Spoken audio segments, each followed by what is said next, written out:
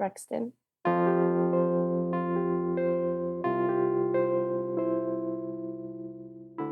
He was a very chunky baby.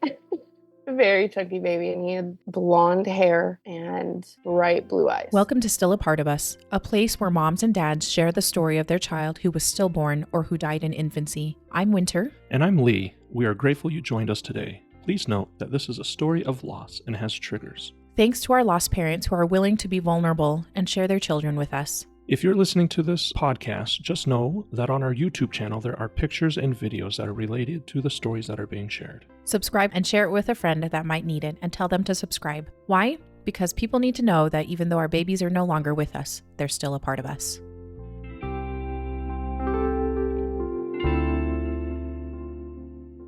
Welcome to Still a Part of Us. We are joined here today by Paris, and she has graciously reached out to us in actually quite, I feel like the wake of some really hard times and dark times right now for her even. So thank you so much for coming on, for being willing to tell us Drexton's story. So thank you very much, Paris. Thank you. I'm really excited. Yeah, I'm so excited. I just was so pleased to see Drexton's little picture. It's just so cute. He really is. Like, I don't know how to explain how when I opened up the email how delightful his little face looked. And so Paris, let's start out though. Tell us a little bit about who you are, where you're located, what your family looks like, maybe at the time of Drexton's birth, and maybe what it looks like today. And then we'll just kind of go from there. Yeah. So we live in Queen Creek, Arizona, and it's really hot here. It's really hot here. Our family is 3 of us. So Drexton's older brother, and then Drexton and then me. Mm-hmm. We have some family here, and then the rest is up in Idaho and Montana. So okay. We do a lot of traveling there, and then we have family in England, so we do a lot of traveling in England. Very cool. Yeah, but trying to think. The situation was, there was 4 of us at the time, Drexton's dad. Mm-hmm. But his dad is a military veteran. So he had a lot of PTSD and some things that he was trying to battle with mentally. Mm-hmm. And that caused for his dad not to be able to be in the picture. Or even be around him. There were some things like we had to get an order of protection and stuff like that. So there's some domestic issues. But now, that kind of leads into everything. Yeah. Okay. Well, thank you for a little bit of that background. That does actually help kind of paint the picture. And how old is Drexton's older brother? Is he a little bit, like, quite a bit older, or? So he's 3. He just turned 3 on July 13th. Okay. So he doesn't seem like a 3-year-old. He seems like a 5-year-old. Oh, really? And he has the attitude of a teenager. So those little three-nagers, and they are just sassy, aren't they? Yeah. I would say there was the terrible 2s, but I think there's terrible 3s. I for sure. Completely agree with you on So that. Yep. It's definitely been an exciting learning experience for me. So yeah. But how fun. And you're living in Arizona, some family nearby. What do you guys like to do as a family?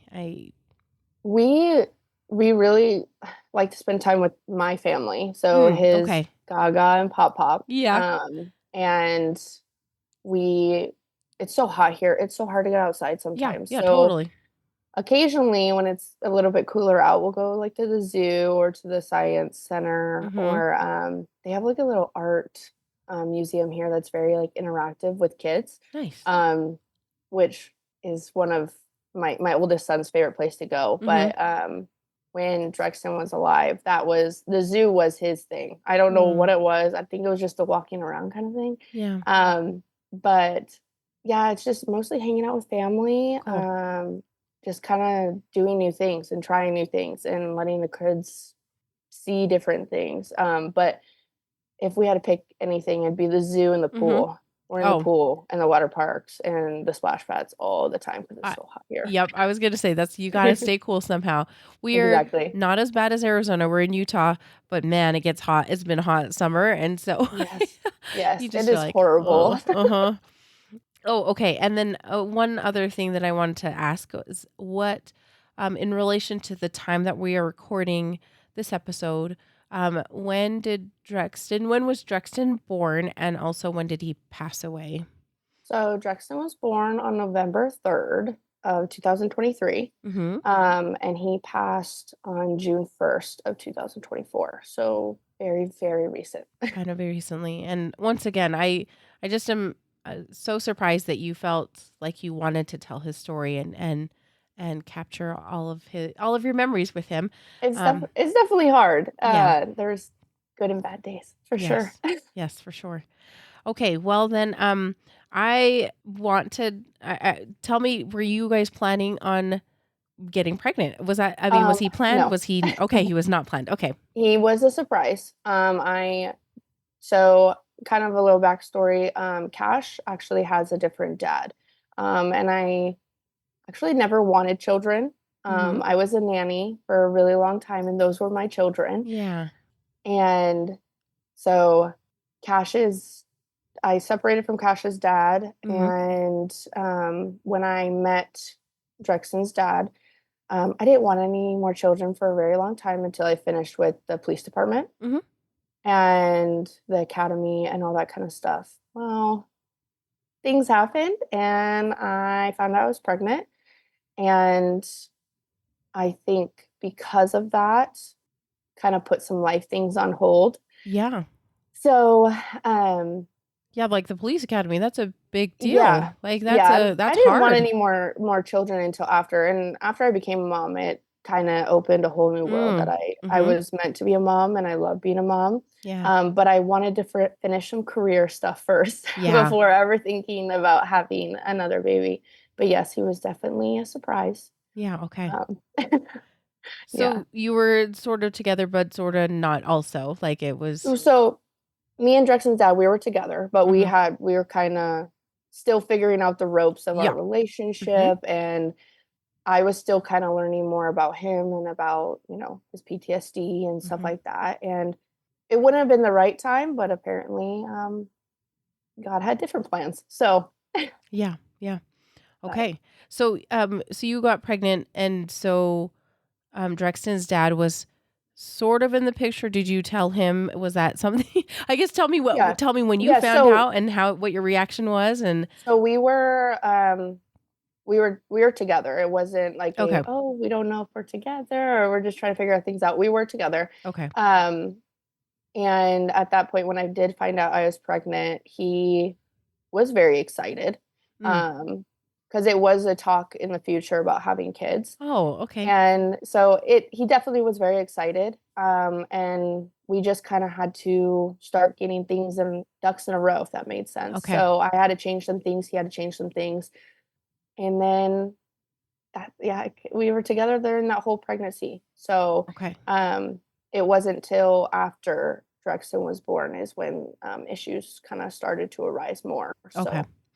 And how was the pregnancy when you first found out, and were you starting to feel sick, or like when you did the actual pregnancy, how like were you? So I actually I had a really, really rough pregnancy with my first son. So I was actually very nervous, but it actually wasn't terrible. I just had a lot of sciatic pain, and I wasn't as nauseous. I definitely was a little bit, but I was working full time.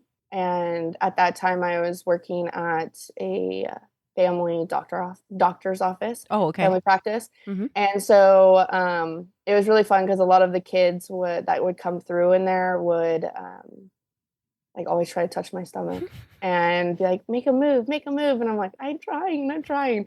But yeah, so it was actually very, very, very well compared to my first pregnancy.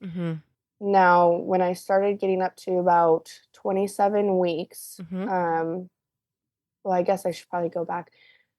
Everything was normal. Like all of his scans. Everything was normal. I was actually referred out to maternal fetal medicine because I did have a high risk with my son.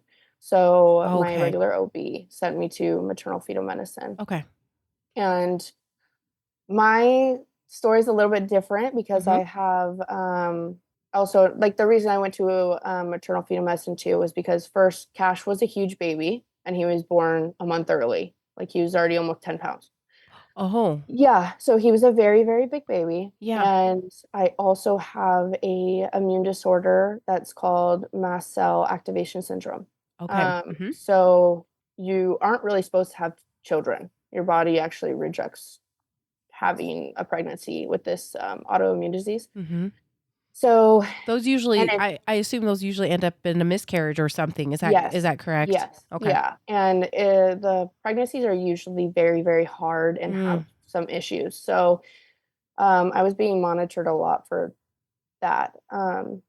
But everything was normal. I mean, It was like, going along fine, and it didn't sound yeah, like you were too sick or no, yeah. uncomfortable. Yeah, and what they worry about with this immune disorder is me having a episode while being pregnant because it can actually put you into anaphylactic shock. Um, Oh.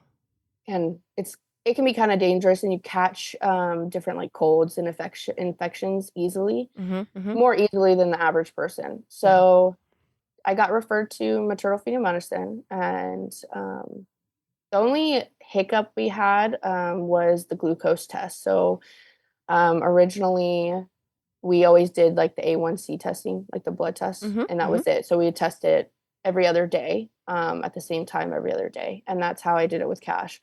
But this time they wanted to do the glucose test, which I can't do because too much sugar and the glucose will actually can send me into an episode. Yeah. So if for those who may not know what that Yeah. is that you're basically drinking a whole little container of sugar water.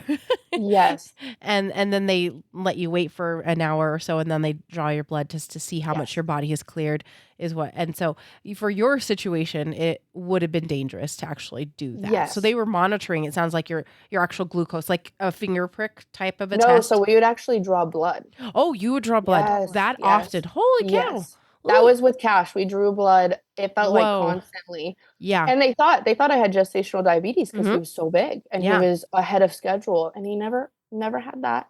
Um, Interesting. so yeah, this time around, my rheumatologist, who I see for the immune disorder, Mm-hmm. suggested a different drink. It's called, I can't remember the name of it. It's similar Mm-hmm. to the glucose drink, but it doesn't have certain like sugars, and it's different. So it Okay. actually works very well with my immune disorder. So we did that. Okay. I didn't pass it. Mm. Um, and I know now why I didn't pass it. It was because I ate waffles and no one told me to not eat Oh, sugar before my test. yeah. So we were planning on doing another test. But life's crazy when you're a single mom and you're trying to Mm-hmm. get to these appointments, and or not single mom, but Yeah, you don't but have anybody to be right. watching the kids, or you can't get Exactly. off work. And it just so happened the times that I was at work, that was the time that the MFM was open. And then Eh, as soon as I got off work, they closed. they closed. Yeah. So it was very It's much a hard. struggle to get into appointments and do all the testing because I always had to go at lunch. So I never Mm-hmm. even got to eat my lunch. I had to go during my lunch. So it was very frustrating, but Yes. Yes. uh, everything was pretty normal. I did have some complaints. Like, everything was fine with Drexton. It Mm-hmm. was me that I was having some complaints. My blood pressure was getting pretty high, Mm-hmm. and I expressed my concern to MFM, and they said, "Oh, don't worry, like, this is a normal range." And I was like, "Okay, if you say so." Was it high for Um, you though? it was very high for me. It Okay. was Hmm. very high for me, and the things that happened, my concerns, I don't think were being very Sounds like they weren't listening validated. to. Yeah, they weren't really Yeah. listening to you. So, um, I expressed that concern a lot. And it got to the point where it was one time I was at work, and my blood pressure was extremely high that I passed out Oh. while at work. So I had to be rushed to the closest hospital to my work. Mm-hmm. And they were like, okay, I think that you really need to talk to your high risk and Yeah. kind of get this evaluated. And I was like, I have been. So ended up talking to them again, Okay. and they were like, okay, we're just gonna watch it, take your blood pressure at home. So I was, and it was staying stable enough to where it wasn't too much of a concern to me, Mm-hmm. and ended up, well, I don't know if we want to get to this part because it gets really close to when Drexton was born because he was born early and Oh, okay. unexpected. So Well, let me ask you a couple of questions then. sure. So I was going to ask, um, because you went to an MFM, did you guys did you decide to like find out his gender early on with a genetic test? Because a lot of people do that when they are being seen by an MFM. Yeah, so they offered me the test. I did the same test with Cash. It was just to see the gender early. Okay. Uh-huh. But with Drexen, I didn't really, not that I didn't care. It wouldn't change anything for me. And I Okay. was like, I'm gonna find out his gender in a couple weeks anyways. Yeah. Okay. And then I'm not too worried about it. and so when you did go in for the anatomy scan, which is around 20 weeks or so, tell me how that went. And when you found out that you were having another little boy. Yeah, so it was a pretty normal appointment. Mm-hmm. Everything was checking out. His growth was to where it needed to be. He Good. wasn't He wasn't too measuring big. early. Okay. Yeah. So that was our biggest concern because they always say once you have a big baby, you're probably going to have more big babies. Right. So that was a concern. And I did want to try for a VBAC because I had a C-section with Cash. Oh, okay. Yeah. Yeah. So we were kind of trying to make sure everything was going how it needed to be to ensure like a VBAC, if that makes sense. Yeah. So So vaginal birth after cesarean is what a yes. VBAC stands for. Yes, and it's actually much safer for me to do a VBAC with my immune disorder versus a C-section. Oh, okay. And So and a lot of times a VBAC is a little risky because there's a yes, possibility that you could, tear old scars or rupture yes, your uterus. I mean, there's all sorts of things also. So yeah. that's interesting that they're like, actually, going vaginal is best for you, even despite the Well, and risks of it's that. because of the spinal block and the Oh, medicines that they give that can cause me to have an episode even during the yes. C-section. So that's Gotcha. why they tried to push. We tried to push for more of a VBAC Yeah. this time around. Okay. But that didn't happen. Yes. Okay. Okay. So everything looked good, and then you found out you wanted to know what the gender was, or Yes. at that visit. Okay. Yes, and they showed us, they're like, "You wanna see?" And I was like, "Yes." And then they're like, Do I need to show you where it is?" And I was like, "Nope, I had a boy before." I know. And I looked at the screen and I was like, "Okay, that's a boy. Yeah. That is a boy. There's no doubt about that." Yeah. So, Were you excited? very excited. I don't really feel like I'm a girl mom. Mm. I'm very much a boy mom. Uh-huh. So, I was very, very excited. Not that I'd be happy if I had a girl. Yeah. Yeah. Because any baby and any Mm-hmm. child is like a blessing. But I really wanted a boy because I don't know if I can handle a girl. Yeah. My mom always says, she's like, "I'm waiting for you to get karma. The karma for what you put me through." And I was like, "Don't say that. Don't say that." Please no. Yes, yeah. Oh, that's funny. And then once you guys found out that you were having a boy, did you guys have names chosen out or thoughts about what his name should be? Honestly, we I remember we were sitting in the car and we were looking at different names and, "Oh, do you like this one? Do you like this one?" And nothing really stuck. Mm. I wasn't a fan of really any of them. He wasn't a fan of any of them. And I remember one day he came back home and he was like, "What about this name?" And I was like, "Okay." I was like, "Never heard it before." I Yeah. heard of like Brexton Uh-huh. or Braxton, Yeah. but never Drexton. Yeah. So he was showing me the meaning, and I wanted something because I have dual citizenship. So a British citizen and a US citizen. Mm-hmm. Okay. So I wanted something that would kind of go in Yeah. ordinance to my family Yeah, totally. in England. And so I was looking at it, and some of it originates from England, and Oh. yeah, and I guess that obviously I don't know now. I haven't looked at the statistics of it now, but for a time, it was I think only 100 kids with that name. Oh. Yeah, so a very small amount. It wasn't a large amount. So it was a very unique name. Yeah, it totally is. So I was like, well, when he comes out, we'll try. We had two names. I can't remember the other name. Yeah. But we had two names, and I was like, when he comes out, we'll see which one fits. And we'll see. Because I don't like to name before just in case like the name Yeah. doesn't fit. Yeah. Because Cash was not supposed to be a Cash. Oh. Yeah. And then he came out and I was You're like, like, yeah, the other name is not gonna work. The other name is not gonna work. So that's so funny. Yeah. Kids, they all yeah. come out with their own little personalities and Oh what yes. they look like. So, well, that's super fun. Okay, so yes, let's keep going with, so you are going along. Things are looking good-ish. Yeah. You didn't pass the glucose tolerance test, but probably for funny reasons instead of Yes. that. But yeah, it sounds like there were some complications kind of near the end, or him Yes. coming early rather. So tell me a little Yeah. bit about that. So at work, the doctors would monitor me Mm. actually while I was at work because I was complaining so much. I was like, this isn't right. Something's wrong. Mm. And I was like, I feel like I'm not being listened to. And they're like, I really think that you need to just go back into your OB one of these days. Because I was seeing him, my regular OB, O Off and on. often, but Yeah, I was okay. more seeing MFM. Okay.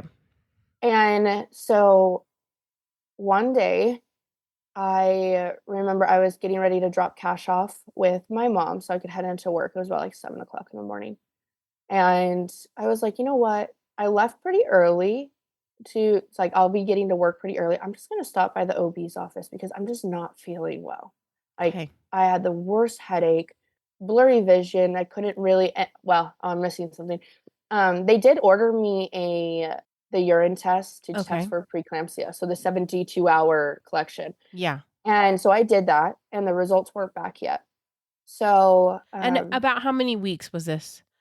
mm, I was probably about 35 Okay. weeks. Okay. So I was like, yeah, I'm just not feeling good. Yeah. And I think I really need to get checked out. So I dropped Cash off with my mom.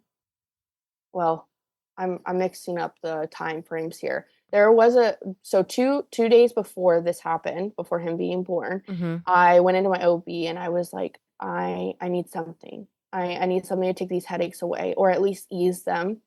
And my blood pressure was pretty high. And Mhm. I remember the nurse practitioner who I was seeing was my favorite nurse practitioner. She was Yeah. with me for majority of the pregnancy. She was like, you know what? I'm gonna put you on some medication, and it's a low dose, so you're not gonna completely feel fine, but you'll feel like ease with it. But if it continues in the next day and day and a half, or even tonight, and you don't feel any type of relief, I want you to go into triage because your OB is working on call in there. Oh, So, yeah, and she was kinda like, "Wink, wink, yeah. just go Interesting in there if you need coincidence. to." Yes, exactly. Okay. Yes. So, I was like, "Okay, I still wanna give the medication a chance because" Was it something to bring down your blood pressure? Do you know what it blood was? pressure, Okay. I don't know the name of the No, that's medication, okay. I just but yes, it was to bring down my blood pressure, which should have eased the headaches. So and the way I was feeling. So in my head, I was like, "I'm just gonna take the medication," even though she winked at me and kinda gave me a hint that I could go in there, and Mhm. but it was just because I was still super early. I wanted to have them in as long as possible to cook essentially. Yeah, yeah. So, I took the medication. I still was not getting much ease from it, and Mm, that's what encouraged me to go to the doctor that morning, yeah. to the triage, to see if maybe they could up my dose or something like that. Okay. So, that's when I dropped Cash off, and I decided to head into triage, and, um, I get in there, they take my blood pressure, and it was pretty high, and at that time, it was 155/95, Okay. Yeah. which is high. Yeah. So, and explaining why I was feeling the way I was feeling, she was like, "Okay, we're gonna up your medication, but I'm gonna go talk to your OB and see what he wants to do, like what range of medication dosage that we wanna do." And within 5 minutes, she came back and she said, "We're gonna get you ready for a C-section." And so I'm still in my work scrubs, Yeah. and I'm literally like, Excuse I me? just told my boss I'd be back to work in about 10 minutes because I didn't think any of that was gonna happen. Yeah. Yeah. So I was like, okay, what do I do? Even though I had a C-section before and it did turn into, I was induced with cash and then it turned into a C-section because of his size. I was like, I don't know what to do. And so I was like, how much time do I have? Because technically they were considering an emergency C-section Yeah. because of my blood pressure. So I was like, how much time do I have? Do I have time to call Drexton's dad, get him here and, call my work so they Yeah. don't think that I'm just bailing on them. Yeah. And she was like, yeah, you have about 20 minutes. And I was like, okay. So while they're trying to hook me up to stuff, I called Yeah. Drexton's dad. I was like, you need to get to the hospital now. I'm going in for emergency C-section. And he was like, I'm 30 minutes away. And I was like, well, figure it out. Yep. Like, Get here 'cause now. you're either not going to be here when he's born or you're going to be here. Yeah. We're going to hang up now and you just start driving. Yeah. And he was in the middle of work. So he came in his construction clothes, all of that kind of stuff. And he was messy, dirty from all the dirt and all that. But I was like, what are you going to do? Yeah. And then my mom, I totally forgot about my mom, just to even call my mom. And she's blowing up my phone. And my work is like, are you okay? Because I guess my manager actually called my mom because I didn't show up. I didn't show back up because I told her I'm going to go get checked and I'll be at work. Yeah. So they're worried. I'm not there. Yeah, they're worried. And so they call my mom and my mom's like, freaking out no, too. you should be at work because she just dropped off cash. Yeah. And they're like, no, we don't know what's going on. So finally, when everything kind of settled for a second, I called her and I was like, I'm going in for emergency C-section. And she was like, okay, like freaking out. And she's like, do you need me? What do I need to do? And I was like, I'm okay, but just get here in the next 30 minutes or so. And she was like, okay. And so ended up Drexton's dad gets there literally 2 seconds, like, as they're trying to wheel me out. So they get him all gowned up. Okay, good. And, so he got there just in time. And they take me back, and I think it was just there was so much going on, that anxiety, and I was just like, "I don't know what to do. I don't know what's happening." I'm, like, freaking out. They have me on magnesium for the headaches and stuff like that, and so that makes you feel terrible too. Terrible, Yes. absolutely terrible. Oh my gosh. The way I felt on that was the weirdest feeling I've ever felt, and it also makes you super warm So and hot. Yep. Yes, and I hated it because I am not I keep my house at, like, 67. I cannot I am a wimp to hot weather or just, like, temperatures. So, I remember they took me back and, the anesthesiologist went to go put in the spinal block, and he was like, "Are you doing okay?" And I was like, "I don't know, I just need someone to hold my hand." And so a nurse came over, she was so sweet, and she was holding my hand, and I was like, "I don't know why I'm crying." And I was just crying. And she was like, "It's okay." And ended up they put the spinal block in, and I remember laying down, and I remember my OB, who I love my OB, he's so funny. He was like, "Do you want the radio on? Do you want music?" And I was like, "No, I don't want anything. I don't want anything." And he was like, "Okay." It's so funny that they talk while they're doing surgery on you, like what they ate for lunch Yeah, exactly. and It's stuff very like that. normal. Yeah. And I'm just like, "Oh my gosh." And I really wanted to play because when Cash was born, when I was getting my C-section, I don't know if you know the song, More Money, More Problems.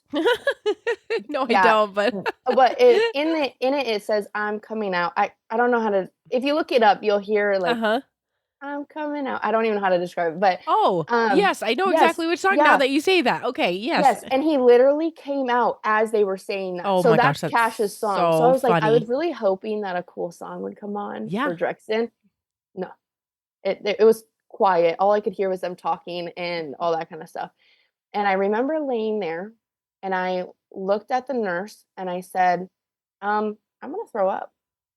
And she was like, are you Oh. sure? And I was like, I'm gonna throw up. I need a bag now. And of course, you're just laying there. You're strapped. You Like can't, yeah, your you arms are can't do strapped down. You anything. can't do anything. And you're Yes, like, I'm and going to throw up in my mouth, essentially, yeah, because you can't, it's and hard to turn. it doesn't help that I have a fear of throwing up. Oh, So that dang it. it's horrible. I am like one of those pukers who, if you smell it, see it, hear it, done. It's Yeah, over.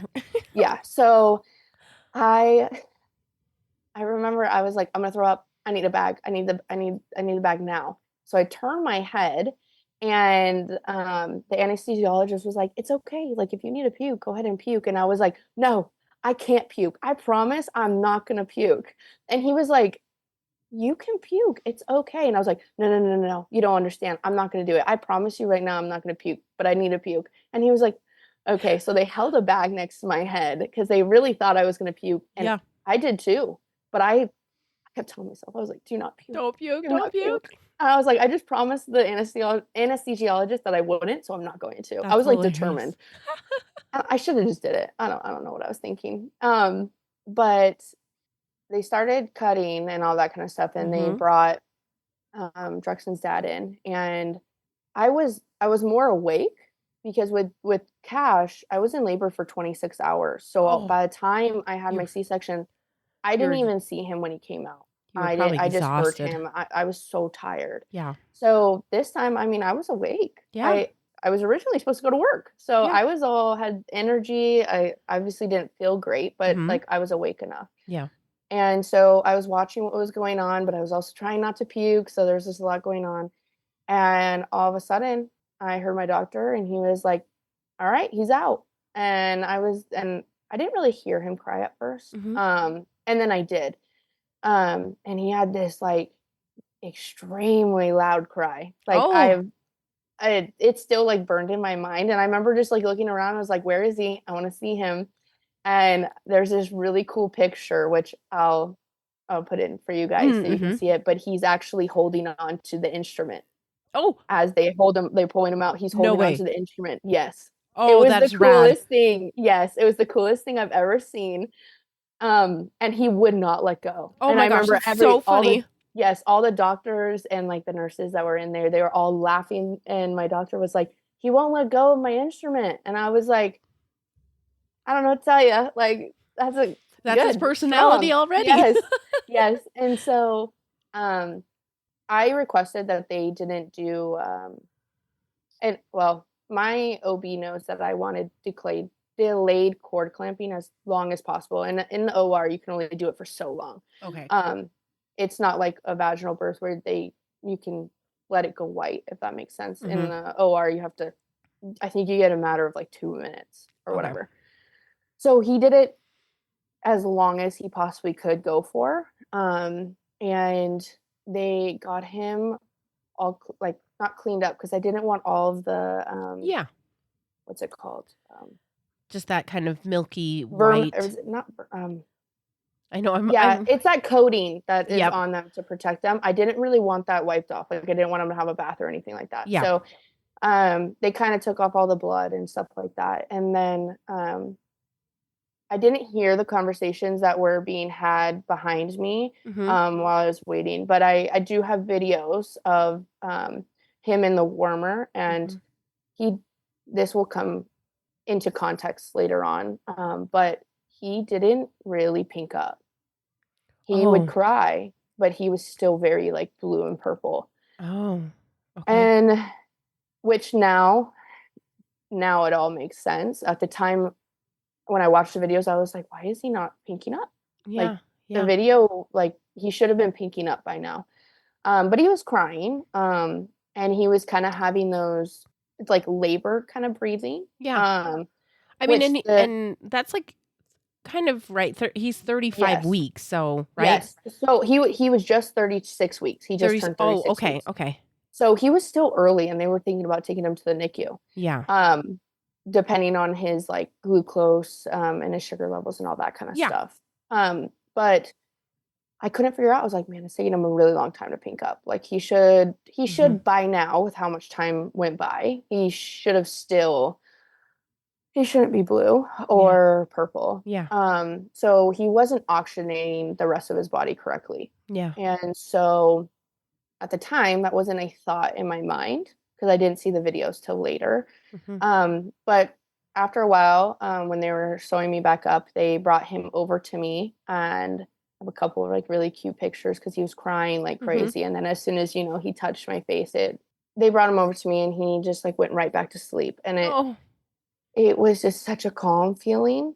I think because of all the anxiety of everything, that as soon as he was placed next to me and I could feel him and I could hear him and see him, the anxiety was all gone. Yeah. And they took me to postpartum, and I did skin to skin, and I couldn't believe how small he was. He was How big was he? Yeah. He was 6 pounds, 12 ounces, but really small in length. Like I can't remember his exact length. Compared to Cash, who was 10 pounds. 10 pounds and and probably really like long. 20 inches long, like huge. Yeah. And I remember just holding him, and I was just like, I don't know what to do. You're itty bitty. I know. I was like, you're so tiny. And I remember my mom came in, and she was holding him, and she was like, he's so tiny. And I was like, I don't know what to do. Oh, that's so funny. Yeah. And so I breastfed him, and he wasn't really doing that well with that. Obviously he was super early, so he didn't know. Babies He have a wasn't hard ready time. for that. Yeah. Yeah. They just are trying to figure out. It was definitely a learning experience with me for that, because with Cash, he went straight to it. Okay. And Drexton did slowly start trying to, but I think he was like, the heck is going on? Like, this is not, I'm not I don't like it out here. This sucks. So ended up, they took me to my postpartum, like the postpartum ward, and my blood pressure still wasn't going down. Oh, no. Even after everything. And what's crazy is I got as I was in my C-section, they got my results back from the 72-hour collection. Yeah. And I was off the chart. I had preeclampsia really bad. Yeah. So, gosh, they need to take care of you. Holy cow. Yes. Okay. Yeah. So, my blood pressure wasn't going down, the headaches weren't going away, and the they had me on magnesium, they had me on different types of medication. And what was frustrating is that I was ready to walk. Like I was like, I'm ready to get up. Like as soon as the spinal block wore off, I was like, I need to get up. Well, because of the magnesium, they don't let you get up and walk. Yeah. So I didn't walk for the next 12 hours and ended up getting gas pains in my shoulder. Oh, and that's the worst. It hurts that so was the bad. worst. Yes, it was the worst feeling I've ever experienced. And I was like crying hysterically. And like the nurses were bringing warm packs to put on my shoulders and all that. And it was all because I couldn't walk, but I could. Like the magnesium really didn't put me in a spot where I was scared to walk or was dizzy or anything like that. Like I could have easily walked. They just wouldn't let me. Yeah.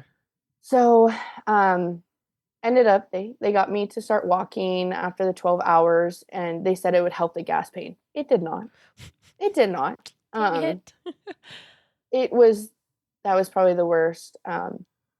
And ended up, my blood pressure still wouldn't go down after days. Man. So usually when you get released after like about 3 days. Yeah. 3 days for a C-section. I didn't get to leave for 8 days. Oh man, yeah. Well, and it's because they are worried that you're going to have eclampsia, which could basically kill you if it's not controlled. So yes, and so they actually discharged Drexton first, before me. Oh man, that's the So worst. I was like, thank goodness that the day that they discharged him, they actually later that day discharged me too. I was like, I'm not leaving without him. So Yeah. like, I don't know what you guys are gonna do. Yeah. But during that time, they were kind of on the fence about taking him to the NICU and whatnot. And of course, because of all the medication, my milk was not coming like at all. So his his sugar levels were going down, and they were essentially saying like, well, we're gonna have to formula feed. And I was like, I really don't want to. I just like, I want to be off these medications because then I know my milk will come through. Mm-hmm.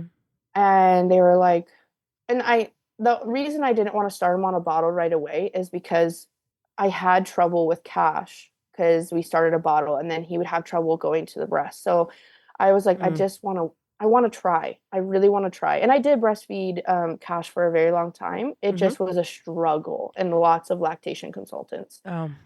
So I was like, I just want to try. And I was pumping like all the time. I was trying to self express. I was doing everything I possibly could just to get something, you know, and he didn't need a lot, just to get things flowing as much as possible and get as much colostrum and just syringe feed him if I had to. Yeah. Well, and he passed all of his tests, his hearing tests, all the tests that they come in and do. He passed them, except for the car seat test, which will actually come in down the road. He didn't pass his car seat test, so they waited another 12 hours to do the second car seat test. He didn't pass that. Tell the listeners what the car seat test is so that they know what's entailed in that. So correct me if I'm wrong. I'm not 100% sure exactly how it works. I just kind of know the gist is that they place them in a car seat with a bunch of monitors to monitor their heart rate, their oxygen to make sure it doesn't decel, and his decelled every single time. So he would either stop breathing, and his heart rate would go really low. So you have to pass that in order to go home. Yeah, because the baby will likely be in the car seat a good chunk of time, one way or the other. And it does put them, I don't know much about the car seat test. And so when you said that, but I was like, that does make sense, because when you put a baby in that position, it can like maybe restrict their breathing or. Yeah. So, okay. He didn't pass the first one. So they waited, you have to wait 12 hours before you can redo a second car seat test. So they redid it, didn't pass that one. And at that point they were like, okay, if he doesn't pass the next one, he's gonna have to stay here in the NICU. Yeah. He ended up passing the second one. And the third one. I wish I would have asked more questions when that happened. But I didn't. I was just happy for him to be able to go home and that he passed. And his pediatrician came and saw him every single day, sometimes twice a day. And other than that, he was healthy. I mean, they didn't really have any issues other than his sugars, but they said his sugars have to be rising this amount for us to consider you to go home. Okay. And so ended up, I was able to get his sugars every single checkpoint. Like every time they came and checked his sugars, I was able to get it higher and higher and higher and to the amount that it was okay. Okay. So, so were you able to start breastfeeding him then by the end of the time that you were there? Yeah, okay. I was able to breastfeed him. I just don't think he was understanding, like he was still so early and the latch was not there. Exactly. That is it's tricky for those little early babies. A lot of it was syringe feeding. Yeah, okay. And he would drink some. It's hard. It was very hard for him. So we were able to finally leave, and I got into a lactation consultant, like literally within that week. Yeah. And that helped a lot, and we were able to breastfeed. Oh, so he was doing really good. He was chunky. He was a very chunky baby, but I did struggle with the headaches. I was on blood pressure medication for, I think, 2 weeks. Okay. And I finally was able to get off of it because my blood pressure settled out to where it is now. So that was definitely hard. And I do think there's some situational things that were happening after he was born that probably made my blood pressure go up. Yeah, for sure. Do you want to go into some of those things that Sure. caused some stress? It sounds like Yeah. stress and other external things that made it difficult. Yes. I so Drexton's dad, I think as soon as the birth happened, there was some issues that started to arise. And some very concerning issues. But at the time I was more worried about Drexton and what was happening with him and us healing and all that kind of stuff. Yeah.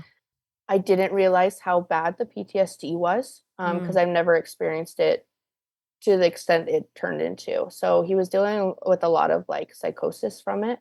And there was a bit of arguing and some issues that were happening during that time with Drexton's dad. So about 2 weeks after Drexton was born, Drexton's dad got into a psychosis moment and did end up getting physical with me, which ended up having the police involved and stuff like that. So that was a struggle because, I mean, it's so hard because you want to be there for your partner. Yeah. But it's like you can only help so much. And at the end of the day, I mean, you can't, if a person doesn't want to get help, that's on them. And so I kind of was like at that point where I was like, you know what, there was a safety issue that needs to be evaluated here. And I do not feel comfortable because of the actions that happened. That you can't be alone with him. And I don't really, even though it wasn't directed towards Drexton. It was directed towards me. But he was in my arms when the things happened. So it's a huge thing.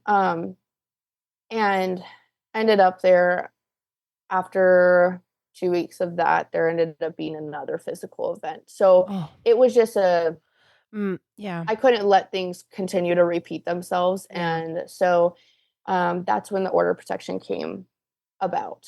And the just so like I don't know if people know about order protections. It's very hard to get a child on an order protection. It's not hard to get an order protection, but it's really hard to get a child on an order protection. It was granted that Drexton would be on the order protection, so he was a protected party as well as me. And after that, it was learning a new normal, like juggling 2 kids, a newborn, and being a single mom.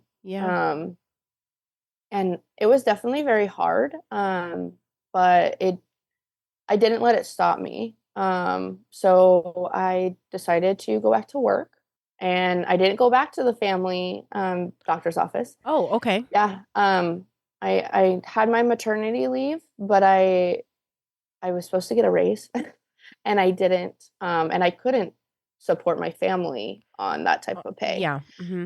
So I was like, you know what? I think it's time to maybe start thinking about going back into the police force. And trying that route again. But because of my surgery and the medical issues with the headaches and the preeclampsia, it was just probably not the right time to even think about that. So I decided to get into like executive protection and bail bonds.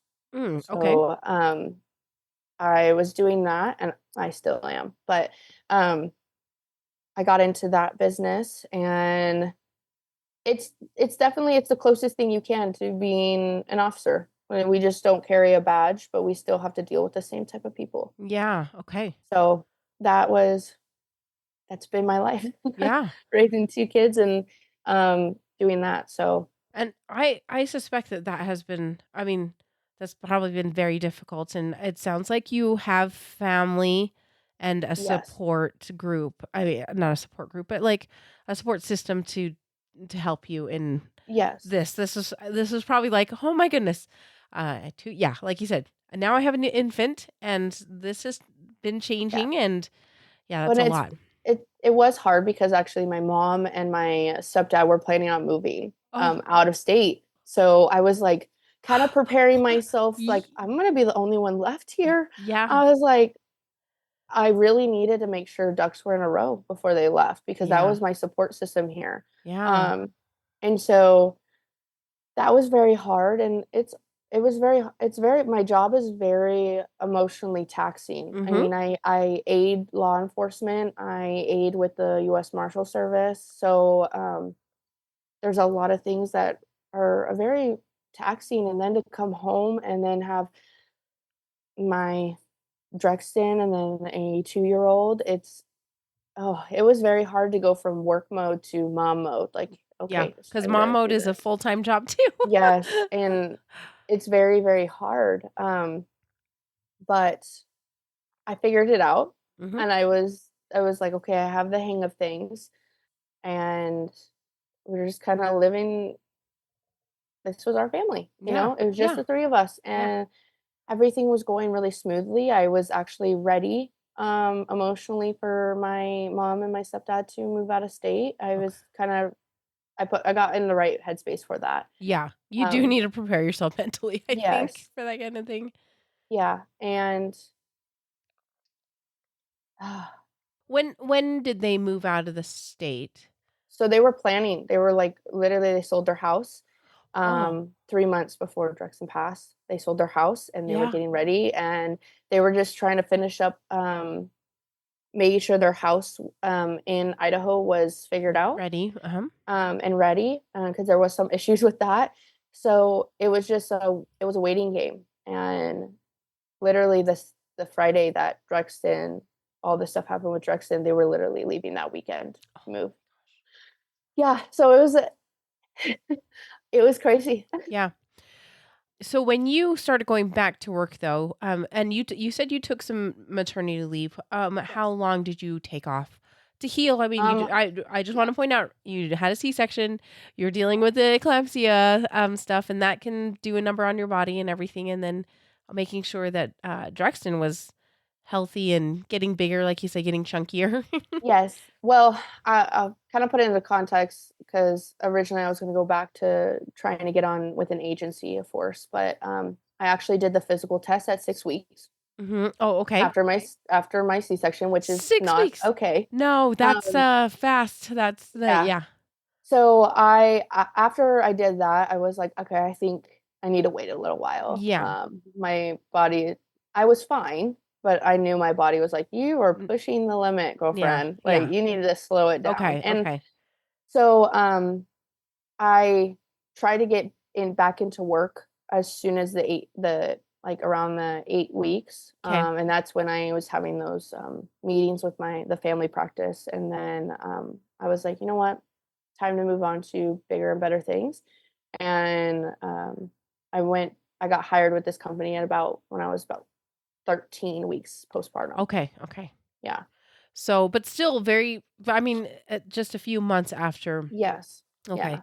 And, But I knew I had to get ready to go back to work because I was at the point where I was like, you "Mm, you're one person supporting two children, yeah, and you gotta start getting things yeah. prepared."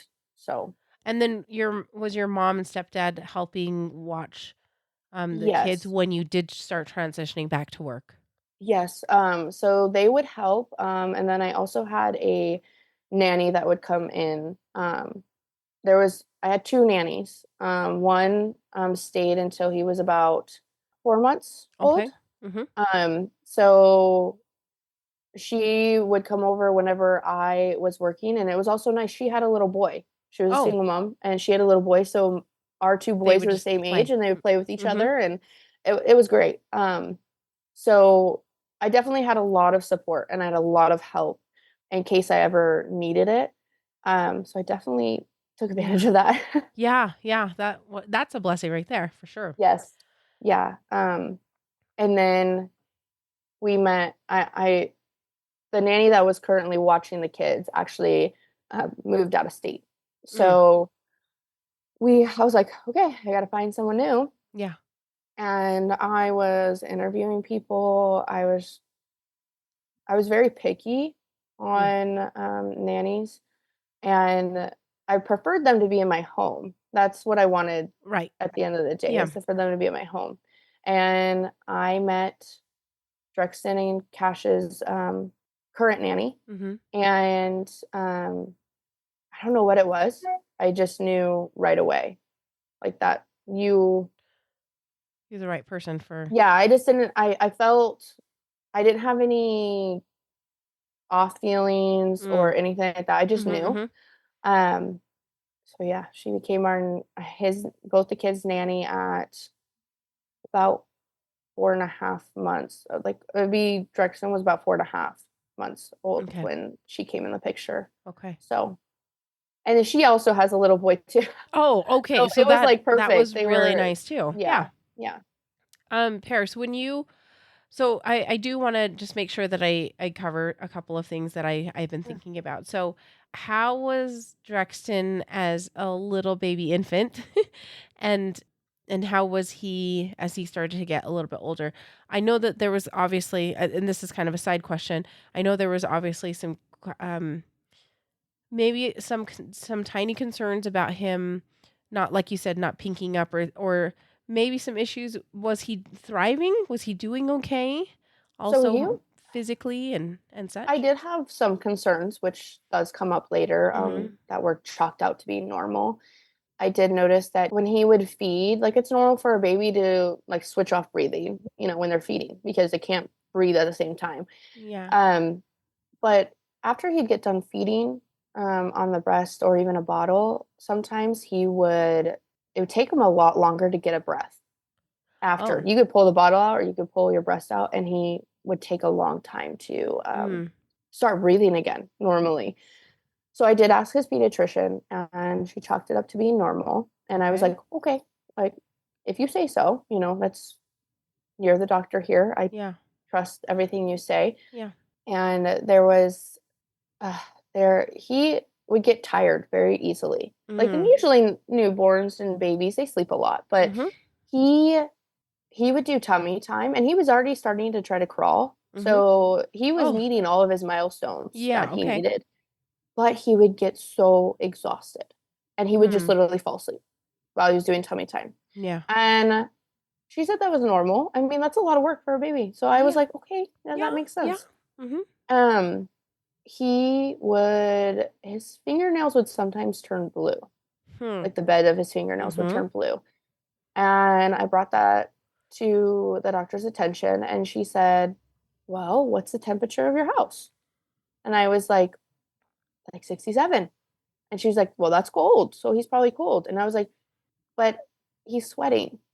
So I don't really think he's cold. And it's not like he's in just a diaper. I mean, he's pretty bundled up. Long sleeves, like onesies, stuff like that. So I was like, and he's sweating even during that time. So I don't think he's cold. And she was like, oh, it's okay. Like, just maybe bring up the temperature. And I was like, okay. And it didn't happen enough to really make me concerned. But I was still like, okay. I mean, you're the doctor. I'm going to trust what you say. Right.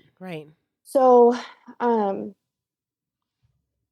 also, another thing, I thought it was very weird. He should have been drinking, at the age that he passed away, he should have been drinking like 7 to 8 ounce bottles. And he wasn't. He would feed more frequently, but he could only finish about 4 to 5 ounces.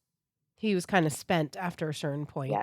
Yes. And I brought that concern up, and she was like, he's a smaller baby. Like, he's chunky. Like, he just might not be able to handle that much. And I was like, oh, no. He should be able to drink that, and it shouldn't be as many feedings as we're having. Right.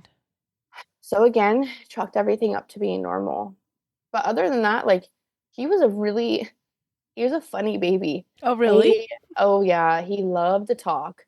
Oh. And he had just the cutest little laugh. Like, sometimes I just watch videos and I'm just like, oh, like, and it really gets to me because it was just so cute. And him and his brother were connected to the hip. Like, they loved each other so much. And every time I'd go get Drexton out of the bassinet, his brother would be like, that's my baby. That's my baby. And I'm like, okay, well, if it's your baby, I really need some help. Oh, cute. But yeah, it was really cute, and they would talk to each other. It was really, really sweet. Yeah. But Drexton also was his emotion-wise, it was very 1 to 100. So Oh, he could be happy one second and just off the wall bonkers the next. It was very really? crazy, and I was like, "You remind me of your dad." Yeah. Um, Oh. but, I mean, and you could easily fix it with a bottle Yeah. or, Yeah. he didn't really use a pacifier, so, Mm-hmm. um, but yeah, we always laughed. We were like 1 to 100, like, it was crazy. And it was just so funny too because his dad, is Bolivian, Mm-hmm. and I think he's Hispanic and, Black, and when he came out, he had black hair, right, and it Yeah. was kinda starting to curl, so I was like, "Oh my gosh, like, his hair's gonna be cute and, like, really Yeah. curly." Yeah. Ended up it turned blonde, and he had bright blue eyes, and we're like, "Okay, they're gonna change," because his Oh, yeah. dad has brown Oh, brown yeah. eyes. Um, I was like, "They're gonna change." No. Did Nope. not change. He he was blonde with blue eyes, no curls. I was like, "What is going on here?" And I was like, the only Genetics. part of his body that actually had a tint of color was his belly button. That was it. I was like Oh, I was that's like, "Oh." funny. But yeah, like he had all the facial features of me except Yeah. for his nose, and his nose was his like dad. Is dad's. So, in some of his expressions, I'd be like, "You look like your dad. Oh, You look like your yeah. dad." Yeah. Um, Especially when he was like going the 1 to 100, and if he was angry, you could see it in his face. So I was like, "Oh my god, you look like your dad." Yeah. Like, wow, okay. But yeah, no, he was super funny, and he always wanted to see what was going on. Mm. He didn't wanna be left out. Like, if we were all out, at my mom's place, Yeah. they have, like, quads, and we have the horses there and stuff like that. He wanted to be all involved. Oh. So, like, there was even one time I have a picture too, I was driving the quad, and I had him he was about 5 months at the time. I think he was Mhm. about 5 months. I had him in the carrier Mhm. and facing forward, and I drove with him on the quad. I Yeah. mean, nothing too fast, but he loved it. He just sat there and was like, "Wow." It was really funny. Taking it all in. I know, it's Oh, fun. yeah. I can Yeah, see why he would so have fun. yeah, he wanted just to be held by everybody. He had such a beautiful personality. Mm. And he was really an easy baby. He really was. I mean, you swaddled him, he would take a nap.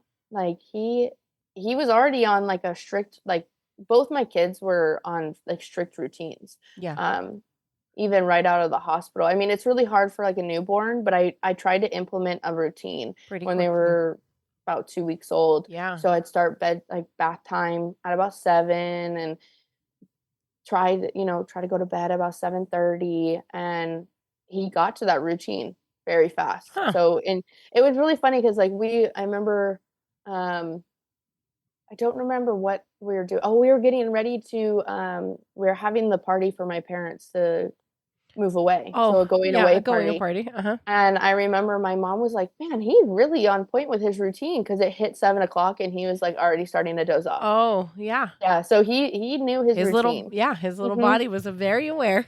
Yes, yeah. That So yeah, I can't tell you, like, so I have, Pear sent me a picture of Drexton kind of early on, and he has the cutest little face and the sweetest little smile. You guys, he's just so cute. I can imagine he was delightful. Just yeah, a cute, cute little guy.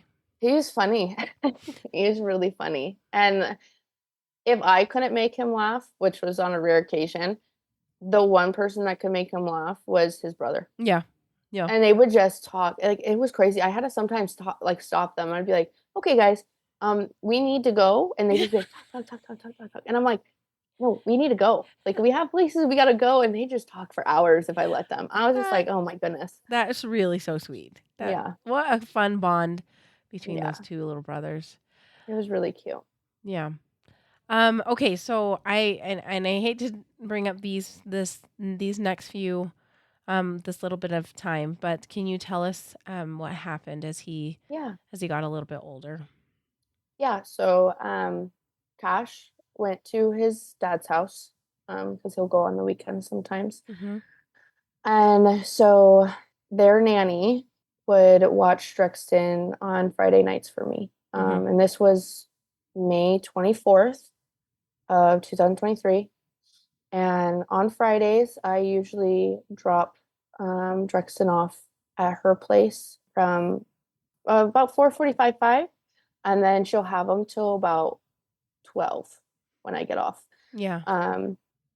And sorry, let me just make sure. And it was 2024, right? It correct. was just May of 2024. Yes, okay. This year. Yeah. And everything was normal. Started getting ready for work. He was happy and go lucky. I did notice he was a little bit fussy that day. Now that I think back on things, he was a bit more fussy, but I think it was also now I think it's I think he knew. I don't really know. Some things were just a little bit off compared to our usual routine. Yeah. But other than that, he had a great day. I was happy. And I remember we started to head over to Nanny's. And every time he would see the nanny, he was so happy. Like he would just look at her and he would just start smiling and laughing. And to kind of bring some understanding, whenever it was like Friday nights, the routine was she would get him ready she would do like a lot of tummy time and playing with him until about 7:00. 7:00, he would get his bottle and he would go down for his first, because he was still waking up, like I said, frequently to feed because he was feeding quite a lot. So he would only sleep at night around 3 to 4 hours. Okay. So 7:00, he would get his feed, and then he would go down, and then he'd wake up usually about 10:00. So I normally get a text like 7:00. Oh, he got his bottle and then he's going down for bed. And then about 10 or 11 o'clock, I'd get a message. Oh, he woke up. I'm going to feed him and then we'll see you soon. Yeah. So it wasn't unusual for me not to hear from her until about 10:00. Yeah. And she would send me pictures and stuff before he would go down for bed. But usually I'm not on my phone as much at work because I deal with very unpredictable people that are influenced by drugs and a lot of gangs and stuff like that. So I have to be very, very vigilant, and I can't be on my phone, not even really looking on my Apple Watch because anything can happen at any time. It's not a good area where I have to work. So I dropped him off and he was super, super happy, nothing out of the ordinary. Yeah. And I started my way to work. Yeah. And I remember I got to work and everything was going pretty normal. Yeah, everything was pretty normal. I didn't really have anything crazy happen when I was at work. Yeah. And I remember my friend Amanda, who is a nurse at one of the local children's hospitals here. She's kind of like my medical proxy, if that makes sense. So if anything happens to the kids, obviously my mom is the emergency contact. But regarding medical decisions, Amanda and I have very similar views and things. Yeah. She knows exactly what I want if something happened. Yeah. Okay. So her and I have a rule that if you call more than 3 times, then it's an emergency. And I remember I kept seeing her call and I was like, why? She knows I'm at work. And I was like, she knows I'm at work. I'll step aside and I'll call her back real fast. So I call her and she's like, Paris, there's officers with the local county that are calling me and they won't tell me what's going on, but they need to get a hold of you. And I was like, okay. Yeah. And immediately I thought something happened maybe with Drexton and his dad. Yeah. Yeah. It's the first thing that popped in my head because his dad was pretty angry about the situation of not being able to see him. So I was like, okay, give me the number because I didn't miss any calls from an unknown number, just her. So I was like, send me the number and I'll give them a call. And so I called the number. An officer picked up and said, "This is Officer so and so. Is this Paris?" And I said, "Yes. What's going on?" And he said, "I need you to get to this hospital. We're doing life-saving measures on your son." And I was just like, what are you talking about? Like, Yeah. is this a joke? And I was like, I'm 45 minutes away. I was like, how? I was like, okay. Like, Yeah. and I was like, I'll be there. Like, they couldn't tell me anything else. I tried and tried to ask them to give me any more information. They didn't. So I was like, oh my gosh, I'm 45 minutes away from this hospital. And I knew what hospital it was. And I was just like, okay. And I ran. Yeah. I ran to my car and I started taking off my equipment, my vest. I do carry a firearm and all my other tactical equipment. So I'm ripping things off as I'm trying to drive. And I'm calling Amanda and I'm like, you need to get to the hospital now. They said they're doing life-saving measures on Drexton. I don't know what's going on. You're gonna get there before I am because she was only 15 minutes, 20 minutes from the hospital. Yeah. So I was like, you're in charge. You get there, figure out what's going on. Plus, she's a PICU nurse and a cardiac nurse at one of the hospitals. Yeah. So I was like, get there now. And she's like, okay, I'm 15 minutes. I'm leaving the house right now. I said, okay. And I remember I called my mom and I was like, get to the hospital. They're doing life-saving measures on Drexton. And she was like, what's going on? And I was like, I don't know. And she could tell by my scream, it wasn't just something like, oh, going to the hospital. She could tell by the way I was screaming. She was like, she knew. Yeah. And so I hung up. And I'm at this point, I don't remember the drive. I think it was I'm glad I don't remember the drive because I'm going to assume I was driving at speeds that were very dangerous. And at that point, I am just I'm ripping off stuff because I know deep down I can't take any of this stuff in the hospital. Yeah. So I get off the exit and I'm pulling into the entrance of the hospital and I'm on the phone with Amanda and I'm like, where are you? She was like, I'm 5 minutes away still.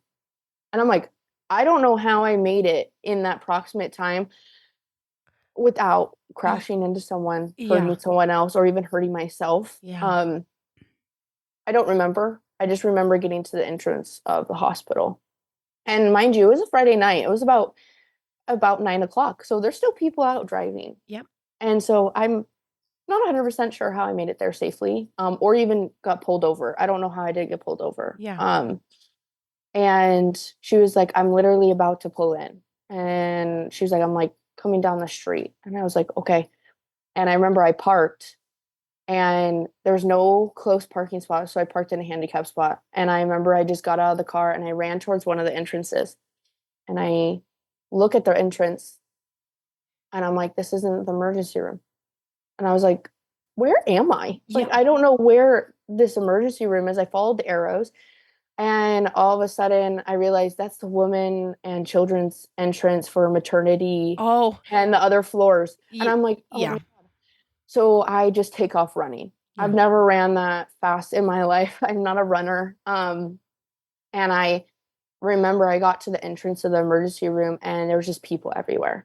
And I was just pushing and I just didn't even care. I was like, sorry if I hurt you. I'm so sorry. I just was running through people. And I got to the front desk and I was like, where's my son? And I was screaming. And I was like, where's my son? My son's here. Where is he? And they were just all looking at me like I was crazy. And I was like, my son's here. Like, my son Drexton, he's here. And they were like staring at me. And I was like, oh my, did I come to the wrong hospital? And I was like, just sitting there. And all of a sudden, a nurse comes over and she's like, ma'am, I need you to sit down. I need to get some information from you, blah, blah. And I'm like, okay. And the reason they didn't know who I was talking about is because, so the nanny knows him by my last name. No one really knows him by his dad's last name. And on his birth certificate, his last name is his dad's last name. Okay. But everybody thinks that his last name is my last name. We just say he's one of us, right? Yeah. So she told the officers my last name, not his last name, his actual last name. So they couldn't register him up in anything. He wasn't showing up in anything. So they registered him as a John Doe. Oh. A baby doe or baby John Doe. So they, of course, had no idea what I was coming in for. Oh my gosh. What are you talking about? So finally I was able to be brought back and there was officers everywhere. And I was just like, what is going on? And they're like, we can't tell you, it's a investigation. And I'm like, what do you mean an investigation? I've literally only been gone for a couple hours at work. I don't understand. And I remember they had me standing in front of one of the rooms where he was, and the doctors and nurses were working on him. And all I could see was feet underneath the curtain. The curtain wasn't open. So I just see feet rushing around and just bells going off and stuff like that. And I'm just sitting there like, what is happening? And I immediately was like, and the reason I say this is I know he can go 1 to 100, Drexton, emotion wise. And so it can be a little frustrating to calm him down. But I remember sitting there and I was like, if she shook my baby, I'm going to go to jail. And they couldn't tell me anything. So I was still just sitting there like, what is happening? Like, no one is explaining anything. And I remember I saw a pair of cowboy boots underneath the curtain and I lost it. Because, you only see cowboy boots in like all the shows, all the medical shows, like doctors wearing cowboy boots. So I was like, who is that? And I said some very choice words. And I was like, who the heck is that? Blah, blah. And they were like, it's just the doctor. It's just the doctor. And I was about to lose it because no one's telling me what's happening. Yeah. I see cowboy boots in there when that's not a normal thing in a hospital, but I guess it is. And I was so confused. I was literally hyperventilating. I was freaking out. And I remember the doctor finally came out and was explaining what was going on. And I didn't hear a thing he said. I didn't hear a thing. He was telling me everything that was going on, and I didn't understand anything he was saying. Even though I have some medical experience of EMT and stuff like that, I just wasn't listening to what he was saying. No. Yeah. And he finally said, you want to see him? And I said, yeah. What kind of question is that? Of course I want to see him.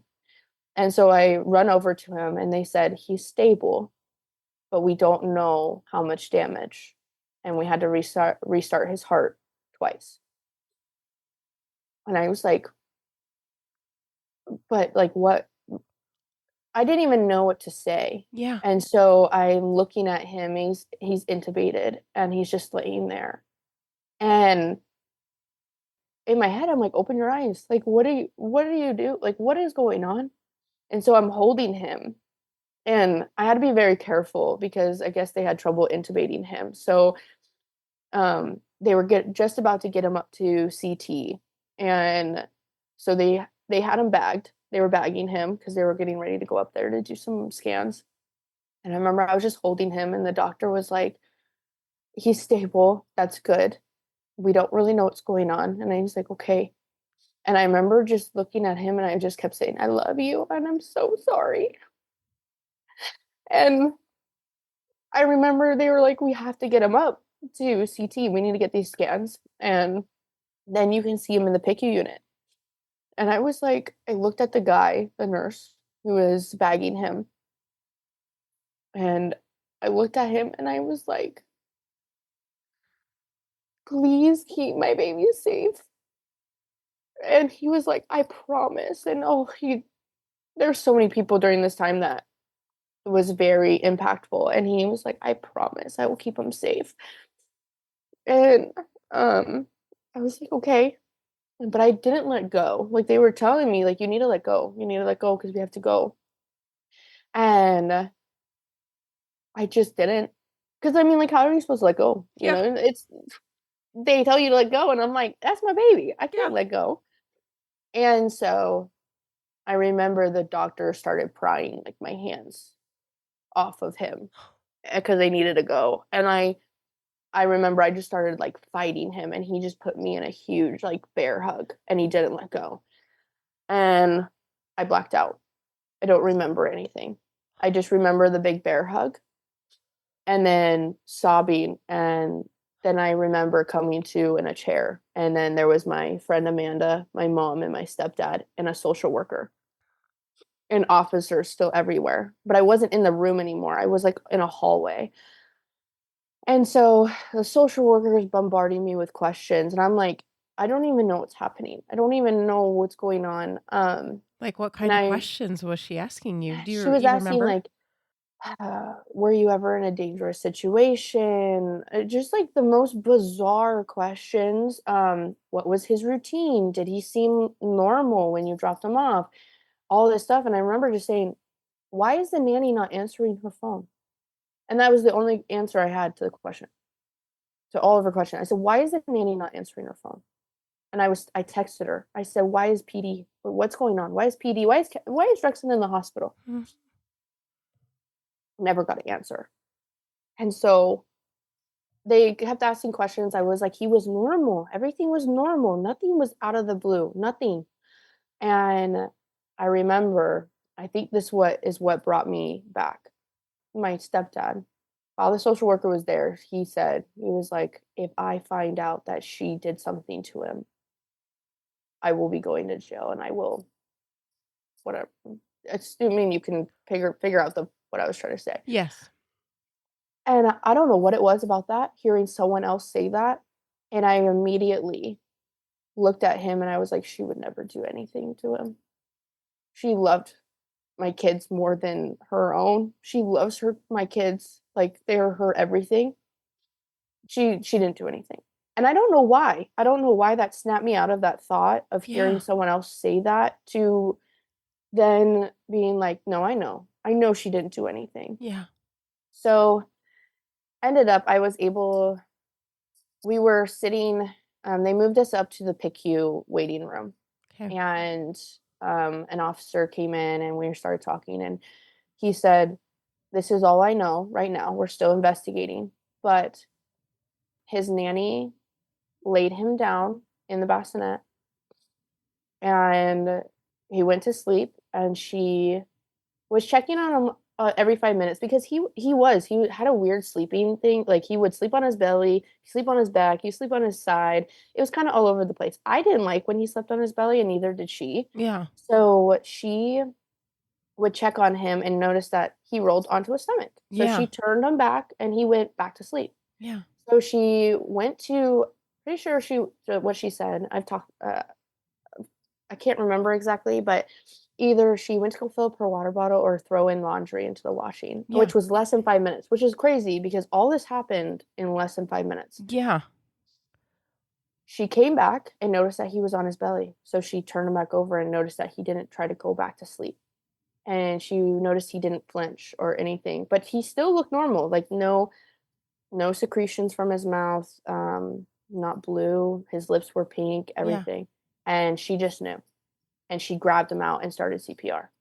And her fiance then called 911, and they were able to get there within 2 minutes. The officers, there's 2 officers on scene, and they were able to get there in 2 minutes. They took over CPR. Okay. And then ambulance was at the hospital after another 5 minutes. They were like en route. That is so fast. It was, when they were telling me those numbers, I was like, this is insane. And so ended up, she couldn't respond back to me because the officers told her not to respond back to me until the investigation was done. So of course I'm sitting here like, what's going on with my kid? Like everything's probably going through your brain. Yeah. And so they were explaining, the officer explained the situation, and they were like, we're not sure if he had a seizure. We're not sure if he just stopped breathing. We don't know. And so I'm just sitting there like, okay, like, when can I see him? And that's when the social worker was like, well, they're getting him all adjusted in the PICU right now. They're setting up all of his stuff and his ventilator and all that and the medications. And I said, okay. And so it was me, Amanda, my mom, and my stepdad. We were sitting in this like PICU quiet area, where you kind of get news and stuff, and where other kids can come and play, like that are state or guests or whatever. Oh, gotcha. Okay. And by this time, it's like 11 o'clock at night. Yeah. So, I have people calling me nonstop. Family, friends, and I'm just like, I'm not talking to anybody. No. I don't know. I don't even know what's going on. So how do I explain this situation Yeah. to everybody else? And a doctor comes in, and she's sitting there, and she's like explaining the situation. He's stable, and he's doing really, really good, and I think he's gonna make a full recovery. And I'm like, okay, but what is going on? Like, I don't understand what's happening. So I don't know. She was like, well, his levels are looking good. Everything is looking good. We'll get the CT back soon, to make sure there's no like trauma or to rule out, shaken baby or anything like that. Yeah. And I'm like, okay, so he's going to make a full recovery. And she said that he might have some deficits because of going without oxygen. Yeah. And I said, okay, deficits, that's livable. That's not a big deal. Like, this is good news. And so she left, and we were waiting. And then another doctor came in, and she was like, hi, I'm going to be one of Drexton's doctors. Yeah. I said, okay. And I just could tell by her face something wasn't right. And mind you, the other doctor just left about 10 minutes ago. So I was just like, why are you looking at me like this? Yeah. Like, something's weird. And I looked at her, and I knew, and I said, it's not good, huh? And she was like, no. And I'm like, why did that doctor just come in and tell me that he's going to make a full recovery with some deficits? Yeah. And she said, I don't know, but that's not true. I remember I looked at her, and I was like, I do not want that doctor anywhere near me or my family or my child, and I better not see her ever again anywhere near my family or my son. And she was like, okay, I will make sure that doesn't happen. And I was like, I do not want to see it, just like that false hope. Like, why would you come and tell me that when you knew actually what his levels were and his blood work, what it showed? Exactly. Why would you say that? Yeah. And I'm not saying miracles don't happen, but in the situation of what happened, that was not logical. That is so bizarre. Like, yes. Ended up, when I was speaking to his doctor, his one that would be with him for the rest of his time there, I remember I told her, I was like, and it might have came off like during this whole time, I think a lot of people thought I was like emotionless, but I handle things a lot different than a normal person. Like, I don't want things sugar coated. I want to know exactly what's happening. I want to be in with the meetings that the doctors have, the going over reports and with the new doctors or nurses or whatever. I want to be involved with everything. I want to know exactly what's happening. Yeah. So I told her, I said, do not sugarcoat anything for me at this point. I will not be able to live through this if you sugarcoat anything. I want to know exactly what's happening, and I want you to be as blunt as possible. And she was like, okay. And I think that was it's different, like that's not a usual thing for doctors. They're usually not saying that they sugarcoat things. It's just they don't have on a regular basis people wanting them to be as blunt as I wanted them to be.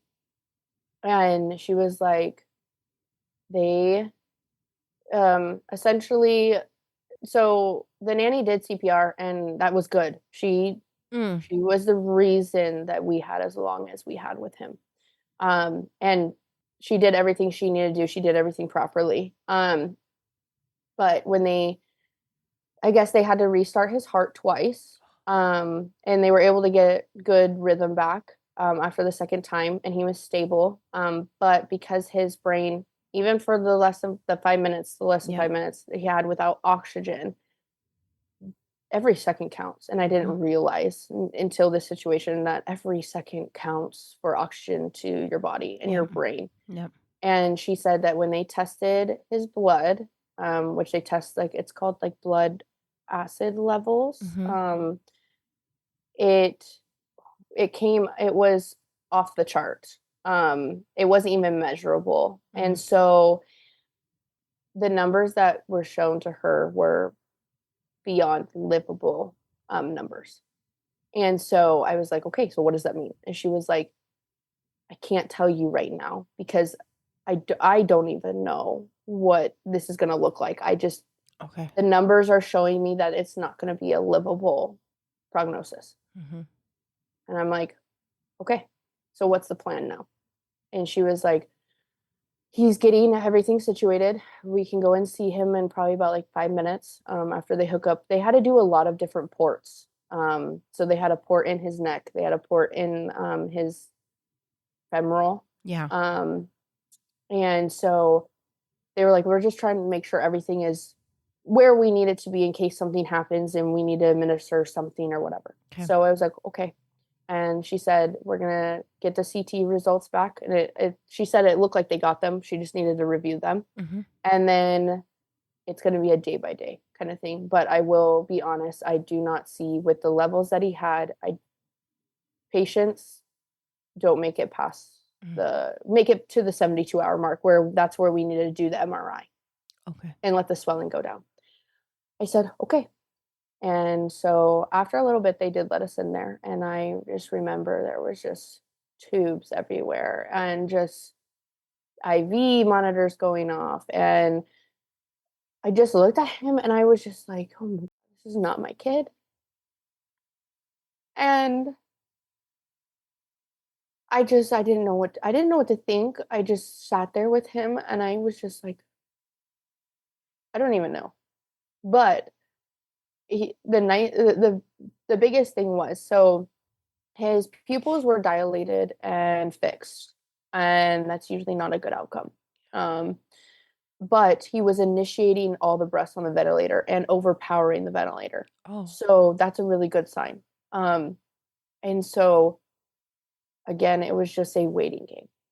It was all a waiting game. And they were trying to make sure he didn't have any fevers, his blood pressure. He wasn't on any heart medication or any blood pressure medication, which is good at that time. But he was still getting fevers, which is trauma. That's a sign of trauma to the brain. And so, again, it was just trying to manage him and get him comfortable and whatnot.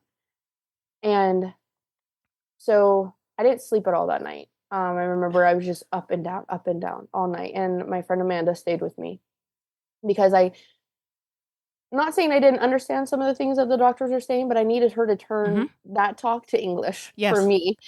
And so she did, and she stayed for 5 days with me. She didn't leave my side. And she stayed with every single conversation with the doctors. It was amazing. The next day, it would have been about the 24-hour mark. And there was a bunch of time where there was no answers. There was no things were getting better. It was just kind of stagnant.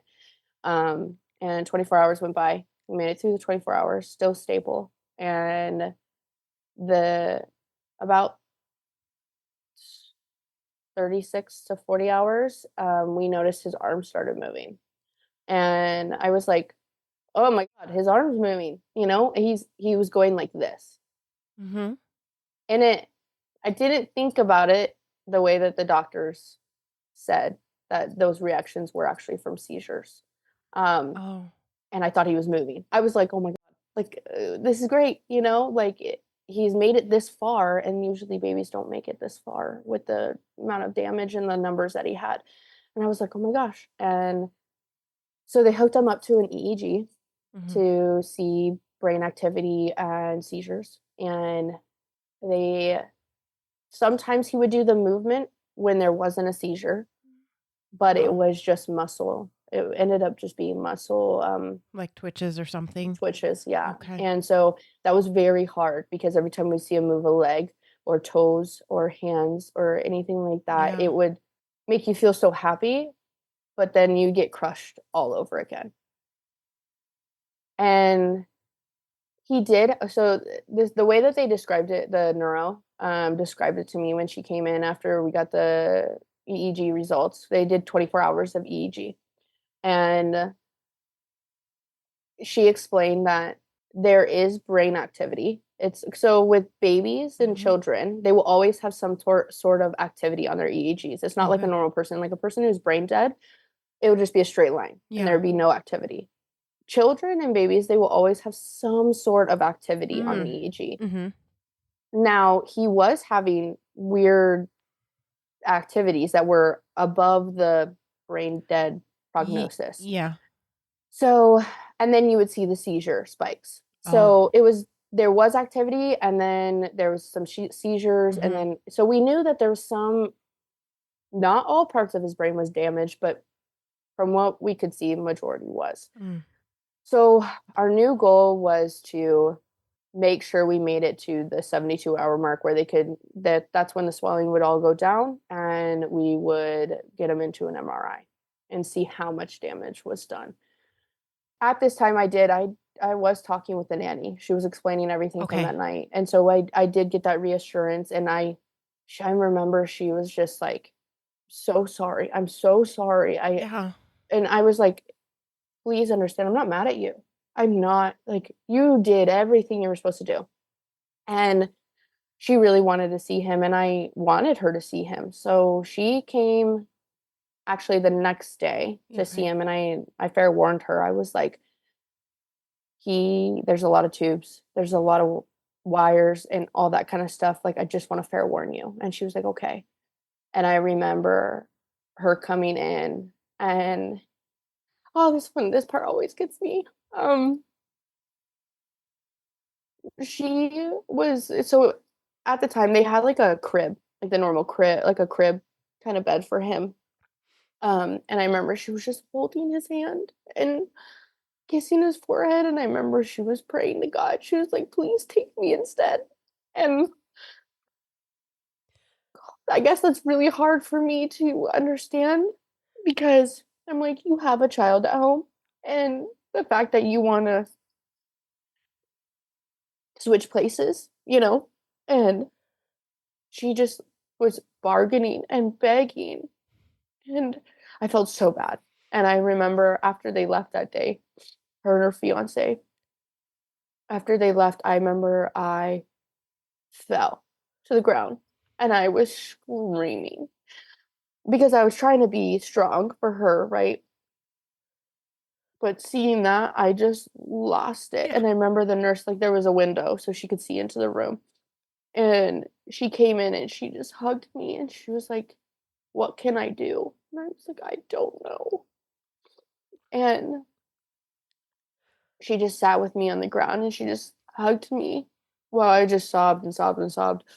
And during that time, we had a lot of family coming in. And so they flew in, and because we didn't know if this was going to be goodbye, we didn't know anything at this point. So we wanted to make sure that everybody got to see him. And ended up, while we were waiting, for all these things and waiting to get to the 72-hour mark, we had family where we were not supposed to have that many people in the room, but we did, and they allowed us because I think that they knew the outcome of the situation.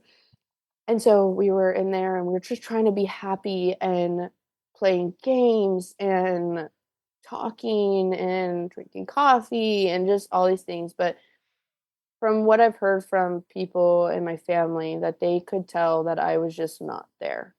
And I wasn't. I didn't really, I was just I'm not myself. I didn't really know what to do, if that makes sense. And so um ended up, and it starts going into, there was some issues because they needed to, I mentioned very early on, which was, I know could have been, it could be very disheartening to people, that I mentioned organ donation right away.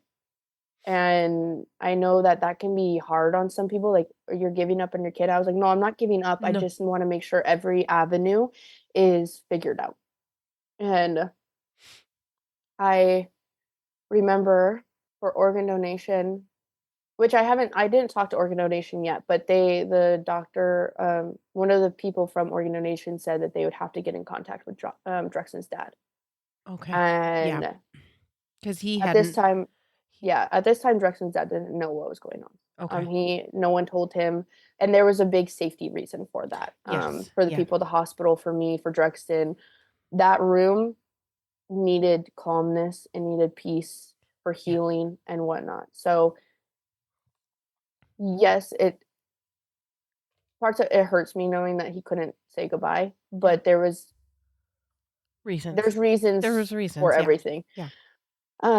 So they told me that they needed to get contact to Drexton's dad. And I was like, no. I was like, you can't. He's not going to agree to this. Yeah. And I also, at that time, doctors were starting to talk about whether to place a trach tube and end of life care and all that kind of stuff. It was just going over end of life care. If we want to keep him going, if this turns out to be this, you can decide on a permanent trach, a GI tube, all that kind of stuff. And they would need his dad's consent on that as well. And I said, we can't do this. Like I tried to explain to them over and over and over. Not his two doctors. His two doctors understood. So he had one doctor, they were switching off 24-hour. And those were his two doctors to the end. They understood where I was coming from. It was other people in social work and all that who were not understanding. Yeah. And I was like, I have the order of protection here. He's a protected party. And it literally states that. I gave him all the information. I gave him everything. And it was to the point that I actually left the hospital to go speak to a judge that day because they were trying to fight me so hard on this. And I was like, you guys are not understanding. There's laws on this. There's statutes. Like, why are you not listening? Yeah. And they were like, we'll need you to go see a judge. And I was like, fine. I should be here in the hospital with my son and spending as much time, but fine. If this is what I need to do, you don't have to ask me twice. So that day I went to go see a judge, and I remember his doctor called me, his main doctor, and was like, I just got off the phone with the ethical board, and they are saying that you do not have to have the ethical board is actually going to take the decision if there's quality of life. Yeah. And they will make the decision. So we don't have to get in contact with Dad about this part of the thing. And I was like, I just drove to the courthouse for no apparent reason. Yeah. I was like, okay, cool. So we drive back. And I remember social worker, as we're coming back down the hallway to go to his room, the social worker comes up to me and was like, here's your order of protection. I still have to contact his dad. And I was like, excuse me? I was like, I literally just got back from the courthouse. There was so many different situations that they would have needed to contact next of kin, right? So I was just like, I remember I looked at her and my sister, because my sister went with me, and she looked at me and she could tell I was just furious. And she kind of was like, I don't know if I should get in the middle of this or what's going on. And I literally looked at her and this was really bad on my part. I was just so mad. I took the papers and I threw them in her face and I was like, go read the laws and statutes and then we can have a conversation. But until then, do not come anywhere near me. And she was just like, it was I definitely was very immature on that situation, but it was still like, it's very frustrating when you're trying to advocate for your son and you got all these people just coming in and just causing issues. So, I remember I got back to the room and I told the nurse, I was like, do not let that lady back near me. Don't let her come near my room. Nothing. She's like, okay. Because they understood, all the nurses. We had such amazing nurses. And they knew. They were like, we understand and we know where you're coming from.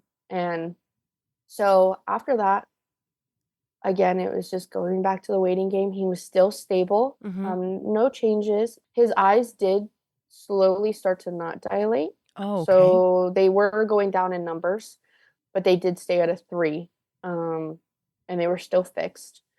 And so ended up, we got the MRI results back, and I remember I had Amanda in the room with me, and that was it, just to help me understand the information that the neuro was telling me. And everybody else was in a waiting room, and I kind of just wanted to process all the information by myself before everybody else heard the information, and also regulate what my family was hearing, because I don't think they could have handled it so blunt compared to how I handled I it see. bluntly. Yeah. Okay. So neuro came in, and she was a very, very nice lady, and she showed me the results, and his doctor was there too, and his nurse. And I remember I was sitting down, and she was explaining, she was like, okay, this is what it looks like. And she showed me 2 scans, and she was like, these are his 2 lobes, and the gray matter is all the parts that is damaged. It's not dead, but it's damaged. And both sides of his lobe were damaged. Oh. And so I'm like, okay, I mean, that's pretty severe deficit if we're talking. And she was like, yes. And she was like, I know that we talked about if there was a part of his brain that was still good and that wasn't damaged, it can kind of take over the other side of the brain that's damaged and whatnot. Yeah. But there was no healthy tissue. So I said, okay, what does that look like? And she was like, he will have very severe deficits, but my main concern is the subhouse, is what they call it, like the central part of your brain that controls basic function. Oh, yes, yeah. And she showed me another scan, and she circled it, and she was like, this is the part of the brain that is basic for breathing, heart, everything, opening your eyes, everything, all that. And she said, I remember I looked at it and I was like, why is it a different color? And she was like, because it's dead tissue. Oh. And I said, so you can't fix that? And she said, no. And I said, okay, what does that mean? And she said, that means he's never going to open his eyes. He's never going to move. He'll never be able to breathe by himself. And he will look as he looks right now for the rest of his life. I was like, okay. What can you say? Like, what can you say to those type of answers? And so I said, okay, what happens from here? And she said, we can start making decisions. You don't have to make the decision now. You take as long as you need. And at this time, this is what the 5th day, 4th or 5th day that we're in there. And she's like, you take as long as you need. And at some point, we'll have to make a decision about a trach and a GI tube, or if you just want to start talking about end of life care. And so I said, okay, I can't give you a decision right now. There's just not going to happen, but I will give you guys a decision. And she said, okay. And so I asked them, I said, please go tell my family in the quiet room what you told me, but in a very not as harsh way. And I will let them know when I'm ready to have people in here. And I sent Amanda to go kind of answer some questions and put things to English. And I sat there and I was just like, okay, like, I don't know. I was blank. I didn't even know what to think. And so I remember a couple hours go by, and I was like, I want a trach and I want a GI tube. I'm not ready to let my son go. And my friend Amanda was like, Paris, we need to go have a conversation outside. And we have a friendship where we are blunt with each other. If you're acting silly, I'm going to tell you you're acting silly or something like that. We're very 100% transparent with each other. And she said, we need to go take a walk. And I said, okay. So we go to take a walk, and she was like, Paris, I need you to understand what you're about to agree to, and not the consequence, but your life is gonna look like for the rest of your life. And I said, okay. In my head, a trach putting a trach and a GI tube meant I can have him as long as I want until I'm ready to let him go. Yeah. But that's not the case. When you place in this situation, when you place a GI tube in a trach, that is a permanent 100% commitment for the rest of his life until he passes away on his own natural causes. And I didn't know that. I just thought it was until I was ready, you know, to let him pass. And she was like, no. And she looked at me and she said, if you, for some reason, accidentally forgot to change his trach or something that led, and then he died, you then would go to jail for murder. You can't just stop taking care of him. You can't just stop care. It's for the rest of your life, and you will have to change your whole entire home. And she was being honest about what life would really look like at this point, because nothing would change with Drexton. He would still be the same, other than he would just grow longer, grow older, turn into a toddler, but wouldn't ever move. He'd be in the same exact position as he is now. And I was like, so he's going to outlive me and my children? And she was like, not your children, not Cash, but Cash will have to take care of him until he passes away. And I said, no. What kind of life is that? That's not fair for him to be in and out of hospitals and all that kind of stuff. And not only thinking about that, but I also have to think about Cash. I have to think about his life. And it's just not fair. And it would be totally different if, we could do if he didn't have the amount of damage that he had to his brain, if there were some deficits or even a lot of deficits, but he could have a life, that'd be a totally different decision. Yeah. And so I was like, thank you for telling me, because I wouldn't have understood that was what was going to be happening. Yeah. And so I went in there and I told the doctor, I was like, this is my decision, and I need until Saturday.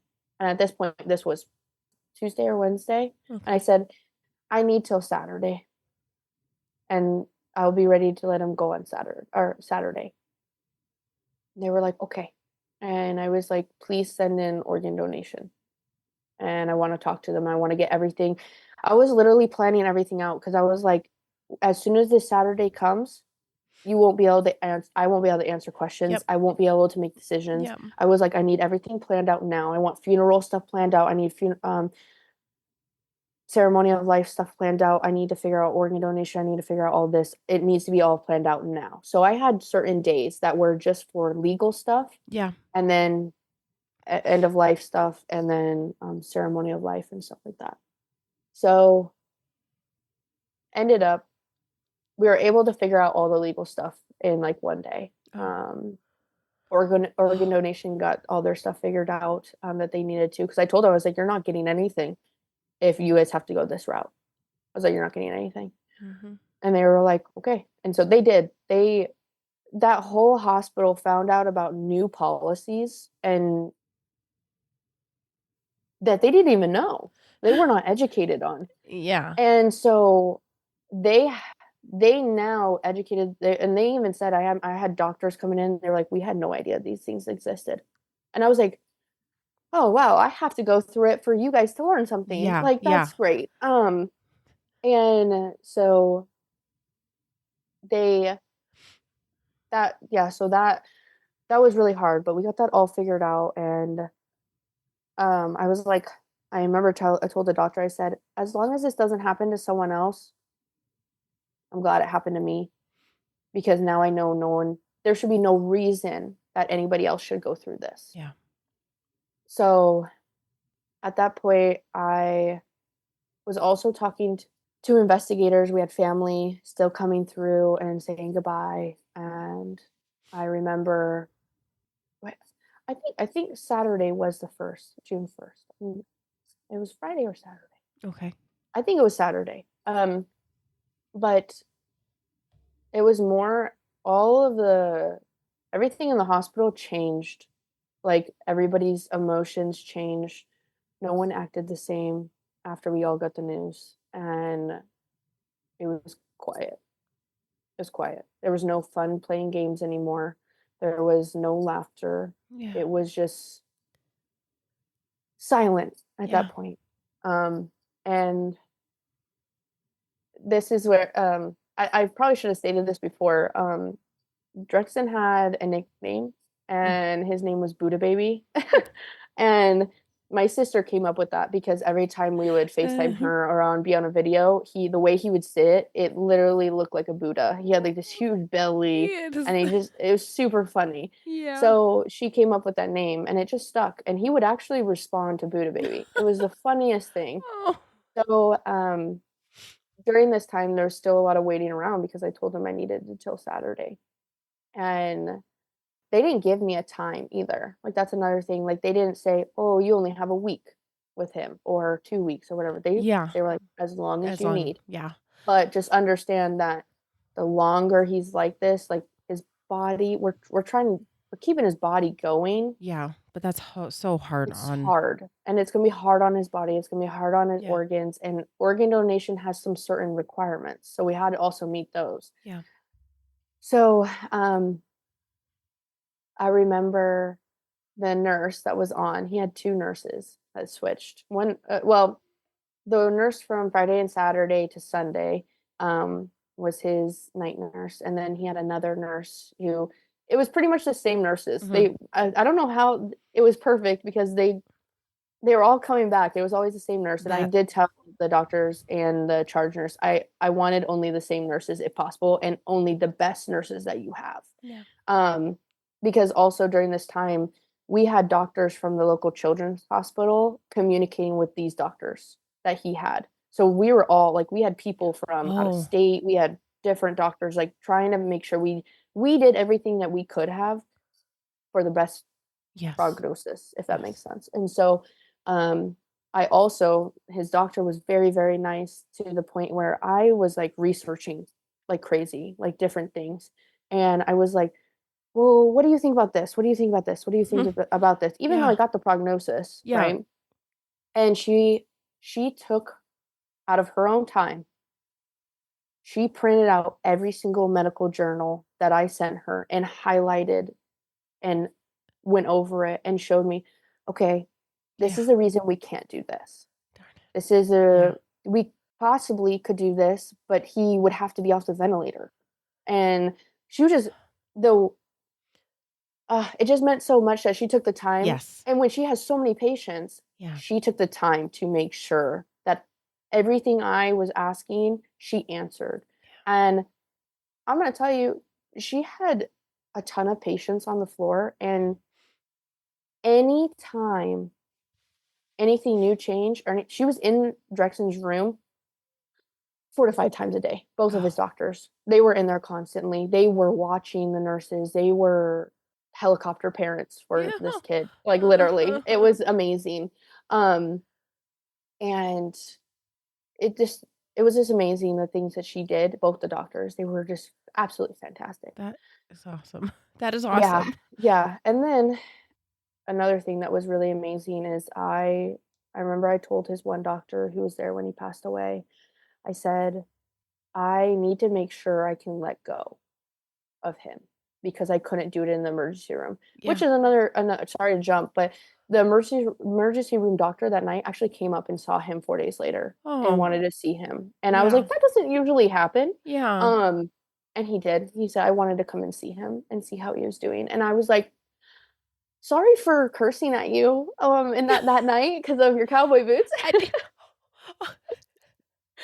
And he was like, it's fine, it's fine. And he knows. And he kind of told me what was going on because I don't remember, like, after I blacked out, he told me what happened and stuff like that. And so it kind of connected more things that I didn't notice, that I didn't know that what happened. Okay. But I talked to the doctor. I said, I'm worried that I won't be able to let go of him, and I need to let go because of organ donation. They have only a certain amount of time to get to the OR. And she was like, I understand. And you know what? I'm going to call down to the emergency room, and I'm going to have you get checked out by one of the doctors down there. And I'm going to have them prescribe you something very minimal, but just to take the edge off just a little bit so you can let go. And I was like, okay. And I didn't even have to wait.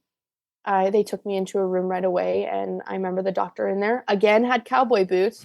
Whoa. A totally different What the doctor heck? had cowboy boots, and he was like, doctor, one of your doctor, your son told me what was going on, and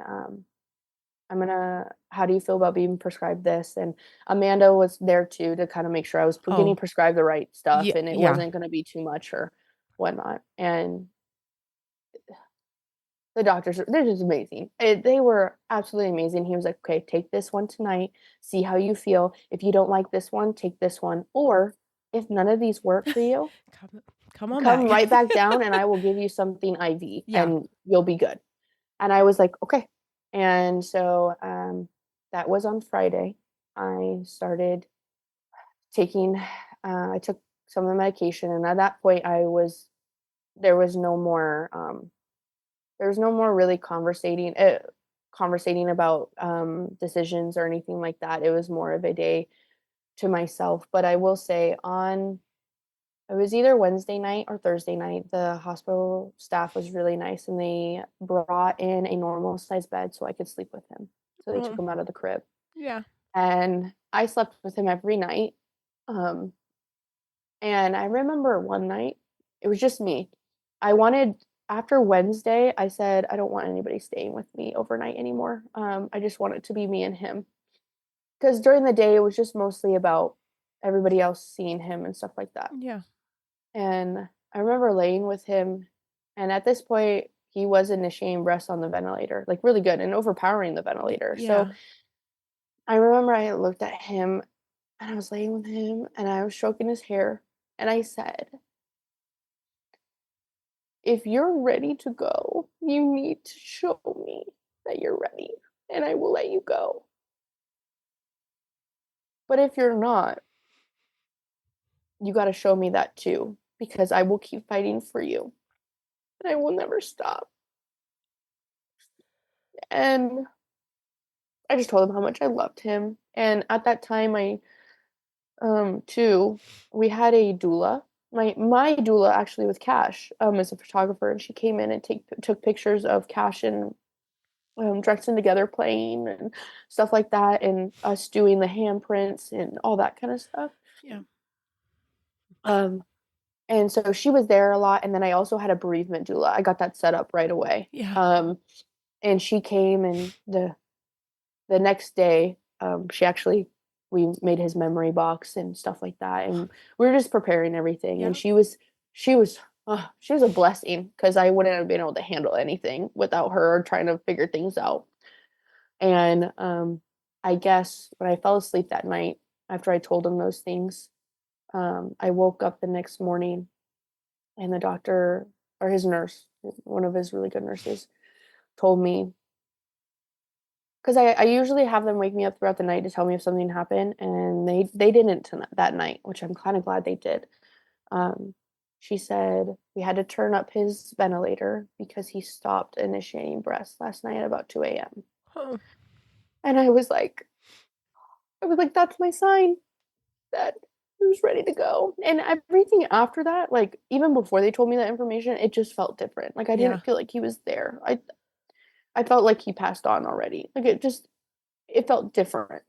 And so I was like, thank you for showing me this, that the sign I asked for, and this was the sign that you're ready. And so, um, I, at that point, we started coordinating his honor walk. And I wanted to make sure his honor walk, like, would happen. I was like, I need all these people. I want this to happen. I want this song to be playing, all this stuff. And the investigator, who was actually a family friend of ours, and the officers who came out on scene, and the 911 dispatcher, she didn't correlate the last names, but she's known me since I was little. Oh. And they couldn't correlate the last name because obviously he had a different last name. Mm-hmm. Our family friend was the officer on scene. Oh. And he didn't realize, and he didn't make the connection. And so I asked the investigator, who's our family friend as well, I said, if you can, I really want those officers here for his honor walk. And she was like, I'll do the best I can, like it's really hard on them too. And I was like, I understand. I was like, but I would really appreciate that. And I had everything coordinated. We were going over doctors, what it's going to look like, things like that. And Saturday came along, and this is also, I definitely left this out, but it's important. That Friday that he first was brought into the PICU, his doctor said she heard a heart murmur, and I had never been told that ever. No one ever told me he had a heart murmur. And she was like, "Well, it's not important right now, but if he does things go the other way, we'll need to. That's an important thing." I said, "Okay." Okay. And organ donation, they came and they did an echocardiogram on his heart, and they confirmed that he had a very large ASD. Oh. And didn't even occur to me at the time. They just said, we don't know if his heart will be viable for donation. Because of the ASD. But if you are okay with it, can we do heart valves? And I said yes. Oh. I was like, that's fine. So I signed a paper for that if they couldn't do his heart. And that day was kind of they were supposed to start everything withdrawing care at 4:30 on Saturday. And it felt like the morning went by so slow, but I also didn't want it to go any faster. It was really weird. I was like, I don't want it to go faster, but I feel like it's going so slow, and I'm just dreading this moment. And the whole organ donation team, the surgical team, everybody that came in, and I remember there was one guy, and one of the guys, who was actually one of the surgical techs or whatever, he came in and he introduced himself, and I remember I was like, "You look like a surfer." I was like, that was the only thing I could think. I was like, "You look like a surfer." And he was super nice. And there was another guy who covered in tattoos. You would think, not trying to judge, but I was like, "Oh, you look a little scary," but covered in tattoos. And I remember we were talking with them, and it was right before we were gonna do his honor walk. He came in, and I looked at him, and I was like, "Please keep my baby safe and watch him like he's your own." And I remember he started crying, and I knew he was trying to like not cry. And he was like, "I promise I will keep him safe, and I will love him as my own." And so I just remember he went to the OR, and the other surgical tech went to the OR to get things ready, because as soon as the organ donation, or not organ donation, the honor walk was done, we would start withdrawing care, and it could be a couple minutes, it could be hours, we didn't know. So and they needed time to set up, and they already had matches too. I didn't know about the matches. I just knew that there were matches for organs. So I didn't get to see him because I was crying, but they let me hold him. I got in bed with him, and I was holding him during the honor walk. And I didn't see how many people showed up, because I was crying, and I kept trying to get the tears out of my eyes so I could see, like this is such a big thing. And I just remember it was so quiet, and I could just hear people crying and sniffling, but I couldn't see anything. And I was just holding him, and I couldn't even look up. I don't even know. And I remember seeing photos, and there were just officers just lining the walls, and nurses and doctors and families and friends. And there was officers everywhere. And the two officers that were on scene that night with Drexton were right next to his door holding flowers. And you're not supposed to bring flowers on the PICU unit, but they let him. And I remember just laying there, and I was like, this is the slowest walk I've ever been on in my life. Like, slowest walk. but I also feel like it went so fast. And I remember we got in the room after the honor walk and they closed the blinds because I didn't want anybody to see. And it was just me, the team, the hospital team, so organ donation, our pastor who was there almost every single day. He was actually the police department's pastor, but he came every day to like anoint him with oil and stuff like that, and pray over him and pray for our family. And ended up, uh, and then Amanda was in there because when you're drawing end of life care, there's a lot of things that could happen, and I didn't. I needed to make sure I was educated in what decisions that was the only decision I would be making if something kind of went a totally different way. So she sat in the background, and then my doula and photographer, my bereavement doula, and then my doula who was taking pictures, she was in there, she was taking pictures. And I remember his doctor was in there, his nurse, who was his first nurse actually from the day that he got brought in. She was there when he passed away. But they were about ready to turn everything off and take his tray or his tube out.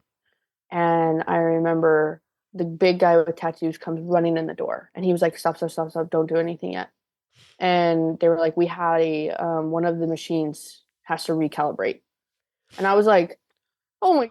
I was just thinking my son is about to go right now, and then you come in here and they're like, we need time. So, but I also think that was Drexton because it gave me another 40 minutes. And I remember I just laid with him and I fell asleep and I was just holding him. And I don't remember, but I was sleeping and I was just holding him close. And mind you, I didn't get to hold him until this moment, the honor walk. And then this was the only time I got to hold him because there was a lot of things. If you wanted to hold him, they had to move the ventilator, they had to change all position wise. So this was my first time holding him since that Friday. Yeah. So, and I let everybody else, they did let certain people like my mom hold him and all that kind of stuff and my sister. But it had to be like sprawled out and it was like we had to get a respiratory team in there. We had to have certain nurses in there. So it was an ordeal if we were going to hold him. And I don't think I was ready to hold him yet, which sounds horrible, but um, ended up the 40 minutes goes by and I remember his doctor looked at me and said, I told her, I said, don't talk to me. Don't turn the machines on mute.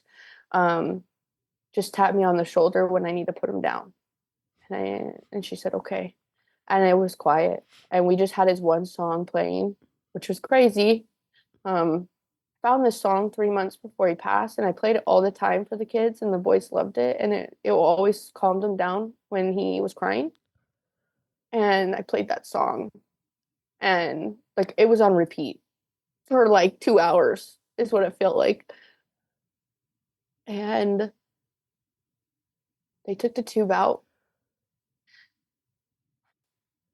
and they just waited, and I just cried. And I think the hardest part was he looked normal, and then started turning blue. And that's when I lost it. And he started turning blue. And the doctor was trying to see his heart. He passed away rather quickly. And I remember she tapped my shoulder and I just started wailing. And I was like, I'm so sorry. And I didn't stop saying, I love you, I love you, I love you. And I remember I set him down and put his stuffed animals next to him. And the pastor anointed him with oil and put his hand on his forehead and head. And then they took him. And I just fell to the ground. And I remember it's this open room. And I never even saw, there was like starfish underneath the bed, and then I saw all that's like what I remember. And I remember I just holding his bunny rabbit and just crying on the floor. And I just sat there. Just sat there crying. And I didn't want anybody in the room. I didn't want anyone near me. And about an hour later, the tattoo guy said he personally wanted to bring his bed back to me. And he went to the OR with all of his stuffed animals, blankets, all of that, and he brought everything back. And also, this is another really important thing. Everyone in the OR could only call him Buddha Baby. They were not allowed to call him Drexton. It was the cutest thing. And they made sure that he was called Buddha Baby during that part. And he brought the bed back, and I remember he just hugged me. And he was like, "Don't worry, I'm making sure that they're taking really good care of him." And I remember I just cried, and I got into his bed and I just laid there and I slept. And the doctors came in, and they told me, they were like, "We're able to fix his heart. So his heart will be going," which made me feel good. Yeah. And because that was really important to me. And they said, "You stay here as long as you need." And I said, "Oh, I'm not leaving until he's out of surgery. Like, I'm not going. I'm not leaving." And they were like, "Okay." And so I stayed, and I slept, and I laid in bed. And that song played on repeat the whole entire time, the 4 or 5 hour surgery. And after he was out of surgery, they helped me get things packed up because I wasn't going to stay because he wasn't, I just wanted to make sure he got out of surgery. Yeah. And I packed everything up and I headed home, and that was really like it. Like it was just yeah, it was hard. It was really hard. And then, yeah. Oh, I'm so sorry. Thank you. It's like, it's hard because it's like, what do you say? You know, and it's no, like, that's all there is. I'm just yeah. so sorry. Um, you went home after that, and did you end up having a memorial service for him? And can you tell me a little bit about that? Yeah. So, I went to the funeral home. I went to the funeral home almost every single day, and as soon as they transported him after the autopsy and stuff like that, So you did which, have an autopsy. yes, which I haven't got the report back, but there is some signs that, let's just say that he would have still been here potentially if that ASD was found. Oh, So that's another thing that's been really hard to battle with, like knowing, and all those symptoms that he had when he was a baby that I were chalked up to be normal were not normal. yeah. Um, so, but so they got him back to the funeral home, and I remember I was like, "I need to see him." And they were like, "Well, we don't really advise that because in autopsies, they cut here and then they cut down a V." And I said, "I don't care. I know what it looks like. I've seen this stuff. I need to see him." Yeah. And she was like, "Okay." And so she let me see him. And I remember they had a rocking chair in there. And I remember I changed him um, into a different outfit. And I was just rocking him and holding him. I guess I didn't really understand. I totally forgot that they have to keep him cool. Yeah. So when I was holding him, I was like, you are freezing cold." Yeah. And of course, I wrapped him in a blanket. Yep. As you And do. yeah, and I was just holding him, and I just sat there for hours and I just rocked him. And it did feel a little weird because, they're passed away. But I wasn't thinking about that. It was just more like he looked he looked better. I think it was because of the embalming and stuff and whatever they put on him. It looked better than what he looked like when he passed away. And when I was holding him when he passed, he wasn't blue. He actually looked like kind of before, all this stuff happened. So it just felt different and it felt better. And not being in a hospital setting, holding him and stuff like that was probably good too. So I sat with him for a while, and again, there was some more legal stuff because of cremation. They needed approval from next of kin. Okay. And I was like, I just went through this. Are we doing this again? I just went through this. Are we doing this again? And we are able to figure out a loophole. Okay. So that was good. She was like, I've never had this either happen.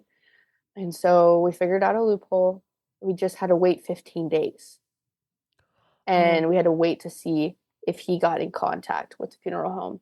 And mind you, the investigator did have, they have 3 days to give a death notice, and they have to. There was no getting out of that one. Okay. So she did say, she was like, I will wait the 3 days, like to the last very minute. And she did. And she called him, and again was turned into my fault that he passed. That's what his dad said. And I was just like, okay. And I was like, that's the last of my worries right now. And so it was hard because we had to wait 15 days to see if his dad would put any objections or anything like that. Yeah, yeah. And he didn't. And so right before they took him to the other facility to get cremated, I asked if I could see him again. And because I would go every day. Yeah. Like literally every day just to go sit in the parking lot because it was the closest thing to feeling like he was home. Mm-hmm. Like that, where I was close to him. So I would drive and just sit in the parking lot for hours and just listen to music and just sit there. And then I remember it was the day before they were getting ready to transport him. I said, I know this is a huge request, but can I see him again? And she was like, I don't know what he's gonna look like because it's been a long amount of time. Yeah. But let me go look at him and see if he's okay for you to see him again. I said, okay. And she came back and she said, you know what? He still looks pretty good. So you can come in. You want to come in at like 12? And I said, yeah.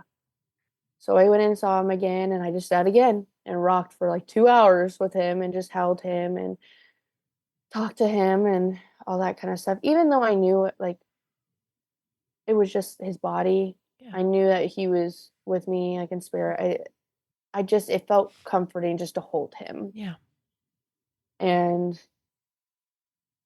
then after that, they cremated him, and we had the arrangement was to have his ceremonial life at a winery that had like a huge pond and a willow that kind of like went over the pond. It was really beautiful. It was like out in the middle of nowhere. I will be honest. It was like in like a ravine of 2 mountains. Like it was beautiful. It was just really hard to get to. Yeah.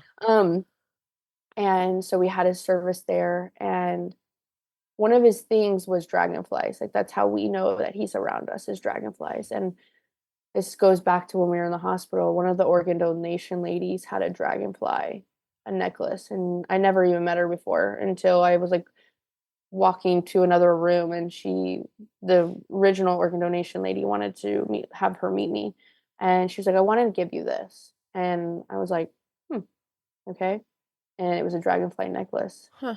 And she was like, I've worn this. This represents my boys and all this kind of stuff. And it was so meaningful. And like literally there was just dragonflies everywhere. Like I've never seen so many dragonflies. And so we had a ceremony. It was really beautiful. It was just really family.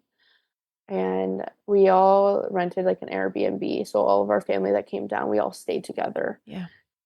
And I just remember the hardest part was when they called me like 2 or 3 days later after the ceremony of life that he was ready for pickup. And I don't know why, but when they say it, like, I know that they're being so not generous, they're trying to be careful in how they say things. Mm-hmm. But when they called me and said, "He's ready for pickup," I was like, I don't like that. Yeah. I don't like that at all. It doesn't sound And great. no. And so I did go, I picked them up, and we had a lovely lady. She makes urns and she hand paints them, Mm. and it has dragonflies on it with Oh. eucalyptus. And oh, it's just so beautiful. I'm like looking at it right now and it's so beautiful. And they didn't I got the size that it should have been, right? And this was kind of a culture shock for me. They gave me him back, and of course in a bag, and I couldn't get the bag to fit into the top of the urn. Oh. So I literally had to cut the top off Oh. and then put another bag in the urn and then pour it into there. And then I was like, I have him on my hands. I Yeah. was like, Yeah. oh my God. Yeah. And I was just like, I'm not ready to do any of this stuff. Yeah. But that, yeah, it's been hard. And that was what he had a really nice funeral and celebration of life. And we ended up getting news that his heart saved a 2-month-old little boy in California, and his kidneys saved a 37-year-old woman in California. So, yeah, made my heart really happy. Yeah. It's like so bittersweet. I hate it. I really hate it, but I love it. Yeah, organ donation is that way. Yes. Yeah. And he's there was another, I can't really go into like too much detail on it because there's like some HIPAA, but about a day before in the hospital that he passed, there was a baby who was only like 2 months old who came in a couple doors down, Uh-huh. and she passed away from similar things, a anoxic brain injury. Uh-huh. Um, she didn't pass away just yet, but she had the same thing. Yeah. And I guess her mom and dad witnessed Drexton's honor walk, and I guess after we left, she did pass away. And Drexton's story inspired them to donate. Oh. And so they donated. Yeah. And they were so inspired by him in the honor walk that they did their own honor walk too. And they donated. And so it's just like he just feel like he's just helping people everywhere. Yeah. Yeah. So it's just so crazy. Yeah, that is. I just a little life's rippled that Yeah. you don't even know how it's going to affect somebody. And Yeah. I just think of that, those two people that have Drexton's organs and that they get to have a Yeah. chance. And I mean, I'm still waiting to hear if I can have contact with them. It takes a long time. Yeah. And that's also very, very hard, I know, for people receiving Yes. organs, because it can have some survivor guilt. For sure. Yeah. Yeah. And so I really hope one day I get to meet them or have contact with them, communication. But if not, that's okay. Yeah. But I hope so. Yeah. Yeah. So, Paris, I had a couple of other questions because this was such sure. a beautiful and moving story. And I was wondering, did was Cash able to see his brother before he passed away? Yes. So he was at the hospital a lot. A lot. Okay. It it was, I didn't have him in the room when he actually passed away.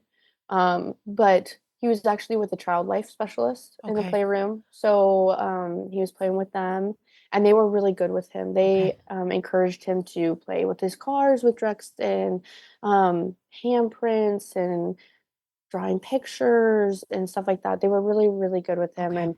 And I have a couple very like special pictures of the boys laying together and him talking to his brother. Okay. And So yeah, he did, and the child life specialist and my bereavement doula got him some books that are for his age range to Oh, describe what's happening and to how to process those feelings. And yeah, so he did. He okay. he got to.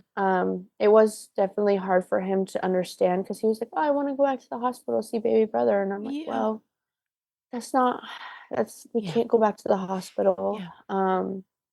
And I think after reading those books and lots of talking and stuff like that, he struggled because he would tell people, "Oh, my baby brother's in the hospital." And I was after talking and helping him understand, just due to our beliefs, we explained to him that, he's with Jesus and he's in heaven, but he's with you. He's with you in your Yeah. heart all the time, and that will never change. And we also got him a we got a bear from the hospital that has his heart, like the sound of his heartbeat. Yeah. So he can press that and he can listen Yeah. to his brother. Oh, Yeah, that's it's really, really wonderful. sweet.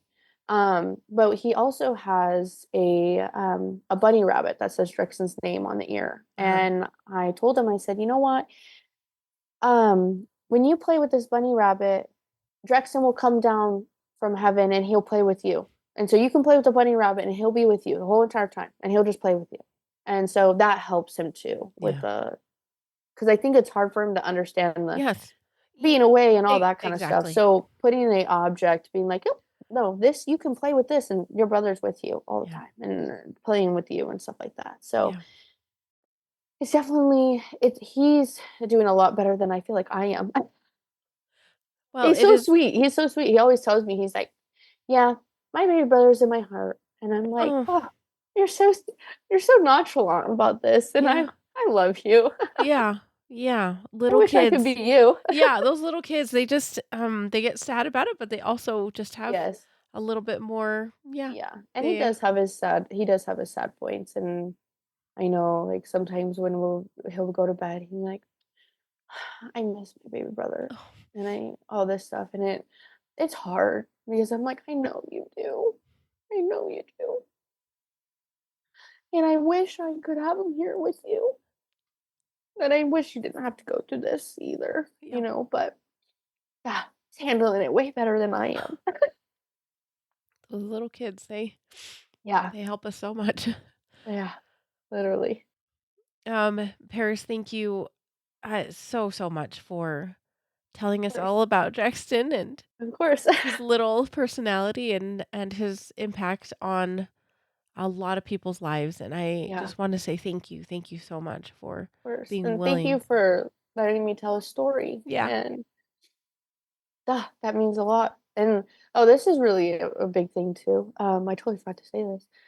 The police department that was on scene, and those officers, I sent them letters like thanking them, Oh, yeah. individually and the chief. And I sent the chief of that police department a picture of his honor walk because you can see the police officer standing there, Yeah. and it was just very empowering. And I remember I said to the officers that were on site that night, I said, "You are my son's hero," and I couldn't thank you enough for being there for him. And I got me and the investigator. We talk a lot. And she called me and she's like, I have some really good news for you. Because I was like, oh, I hope they got my letters and I hope the Yeah. chief got my letter and Yeah. pictures and stuff like that. And she goes, the chief wants to dedicate Drexton at the police department and do a dedication and honoring for the officers and for Drexton, if you're okay with that. Oh, And I was like, my heart. yeah. My heart. That makes me so very happy. Yeah. Um, and he's just continuing Yeah. to change lives Yeah. Which is and have an so, impact on people. yeah, which is just so beautiful and inspiring despite how sad this has been. And it's Yeah. just, um, yeah, what a cool honor Yeah. to be able to hear his story with you today. Yeah. So thank you, Paris, so You. much. Thank you so much.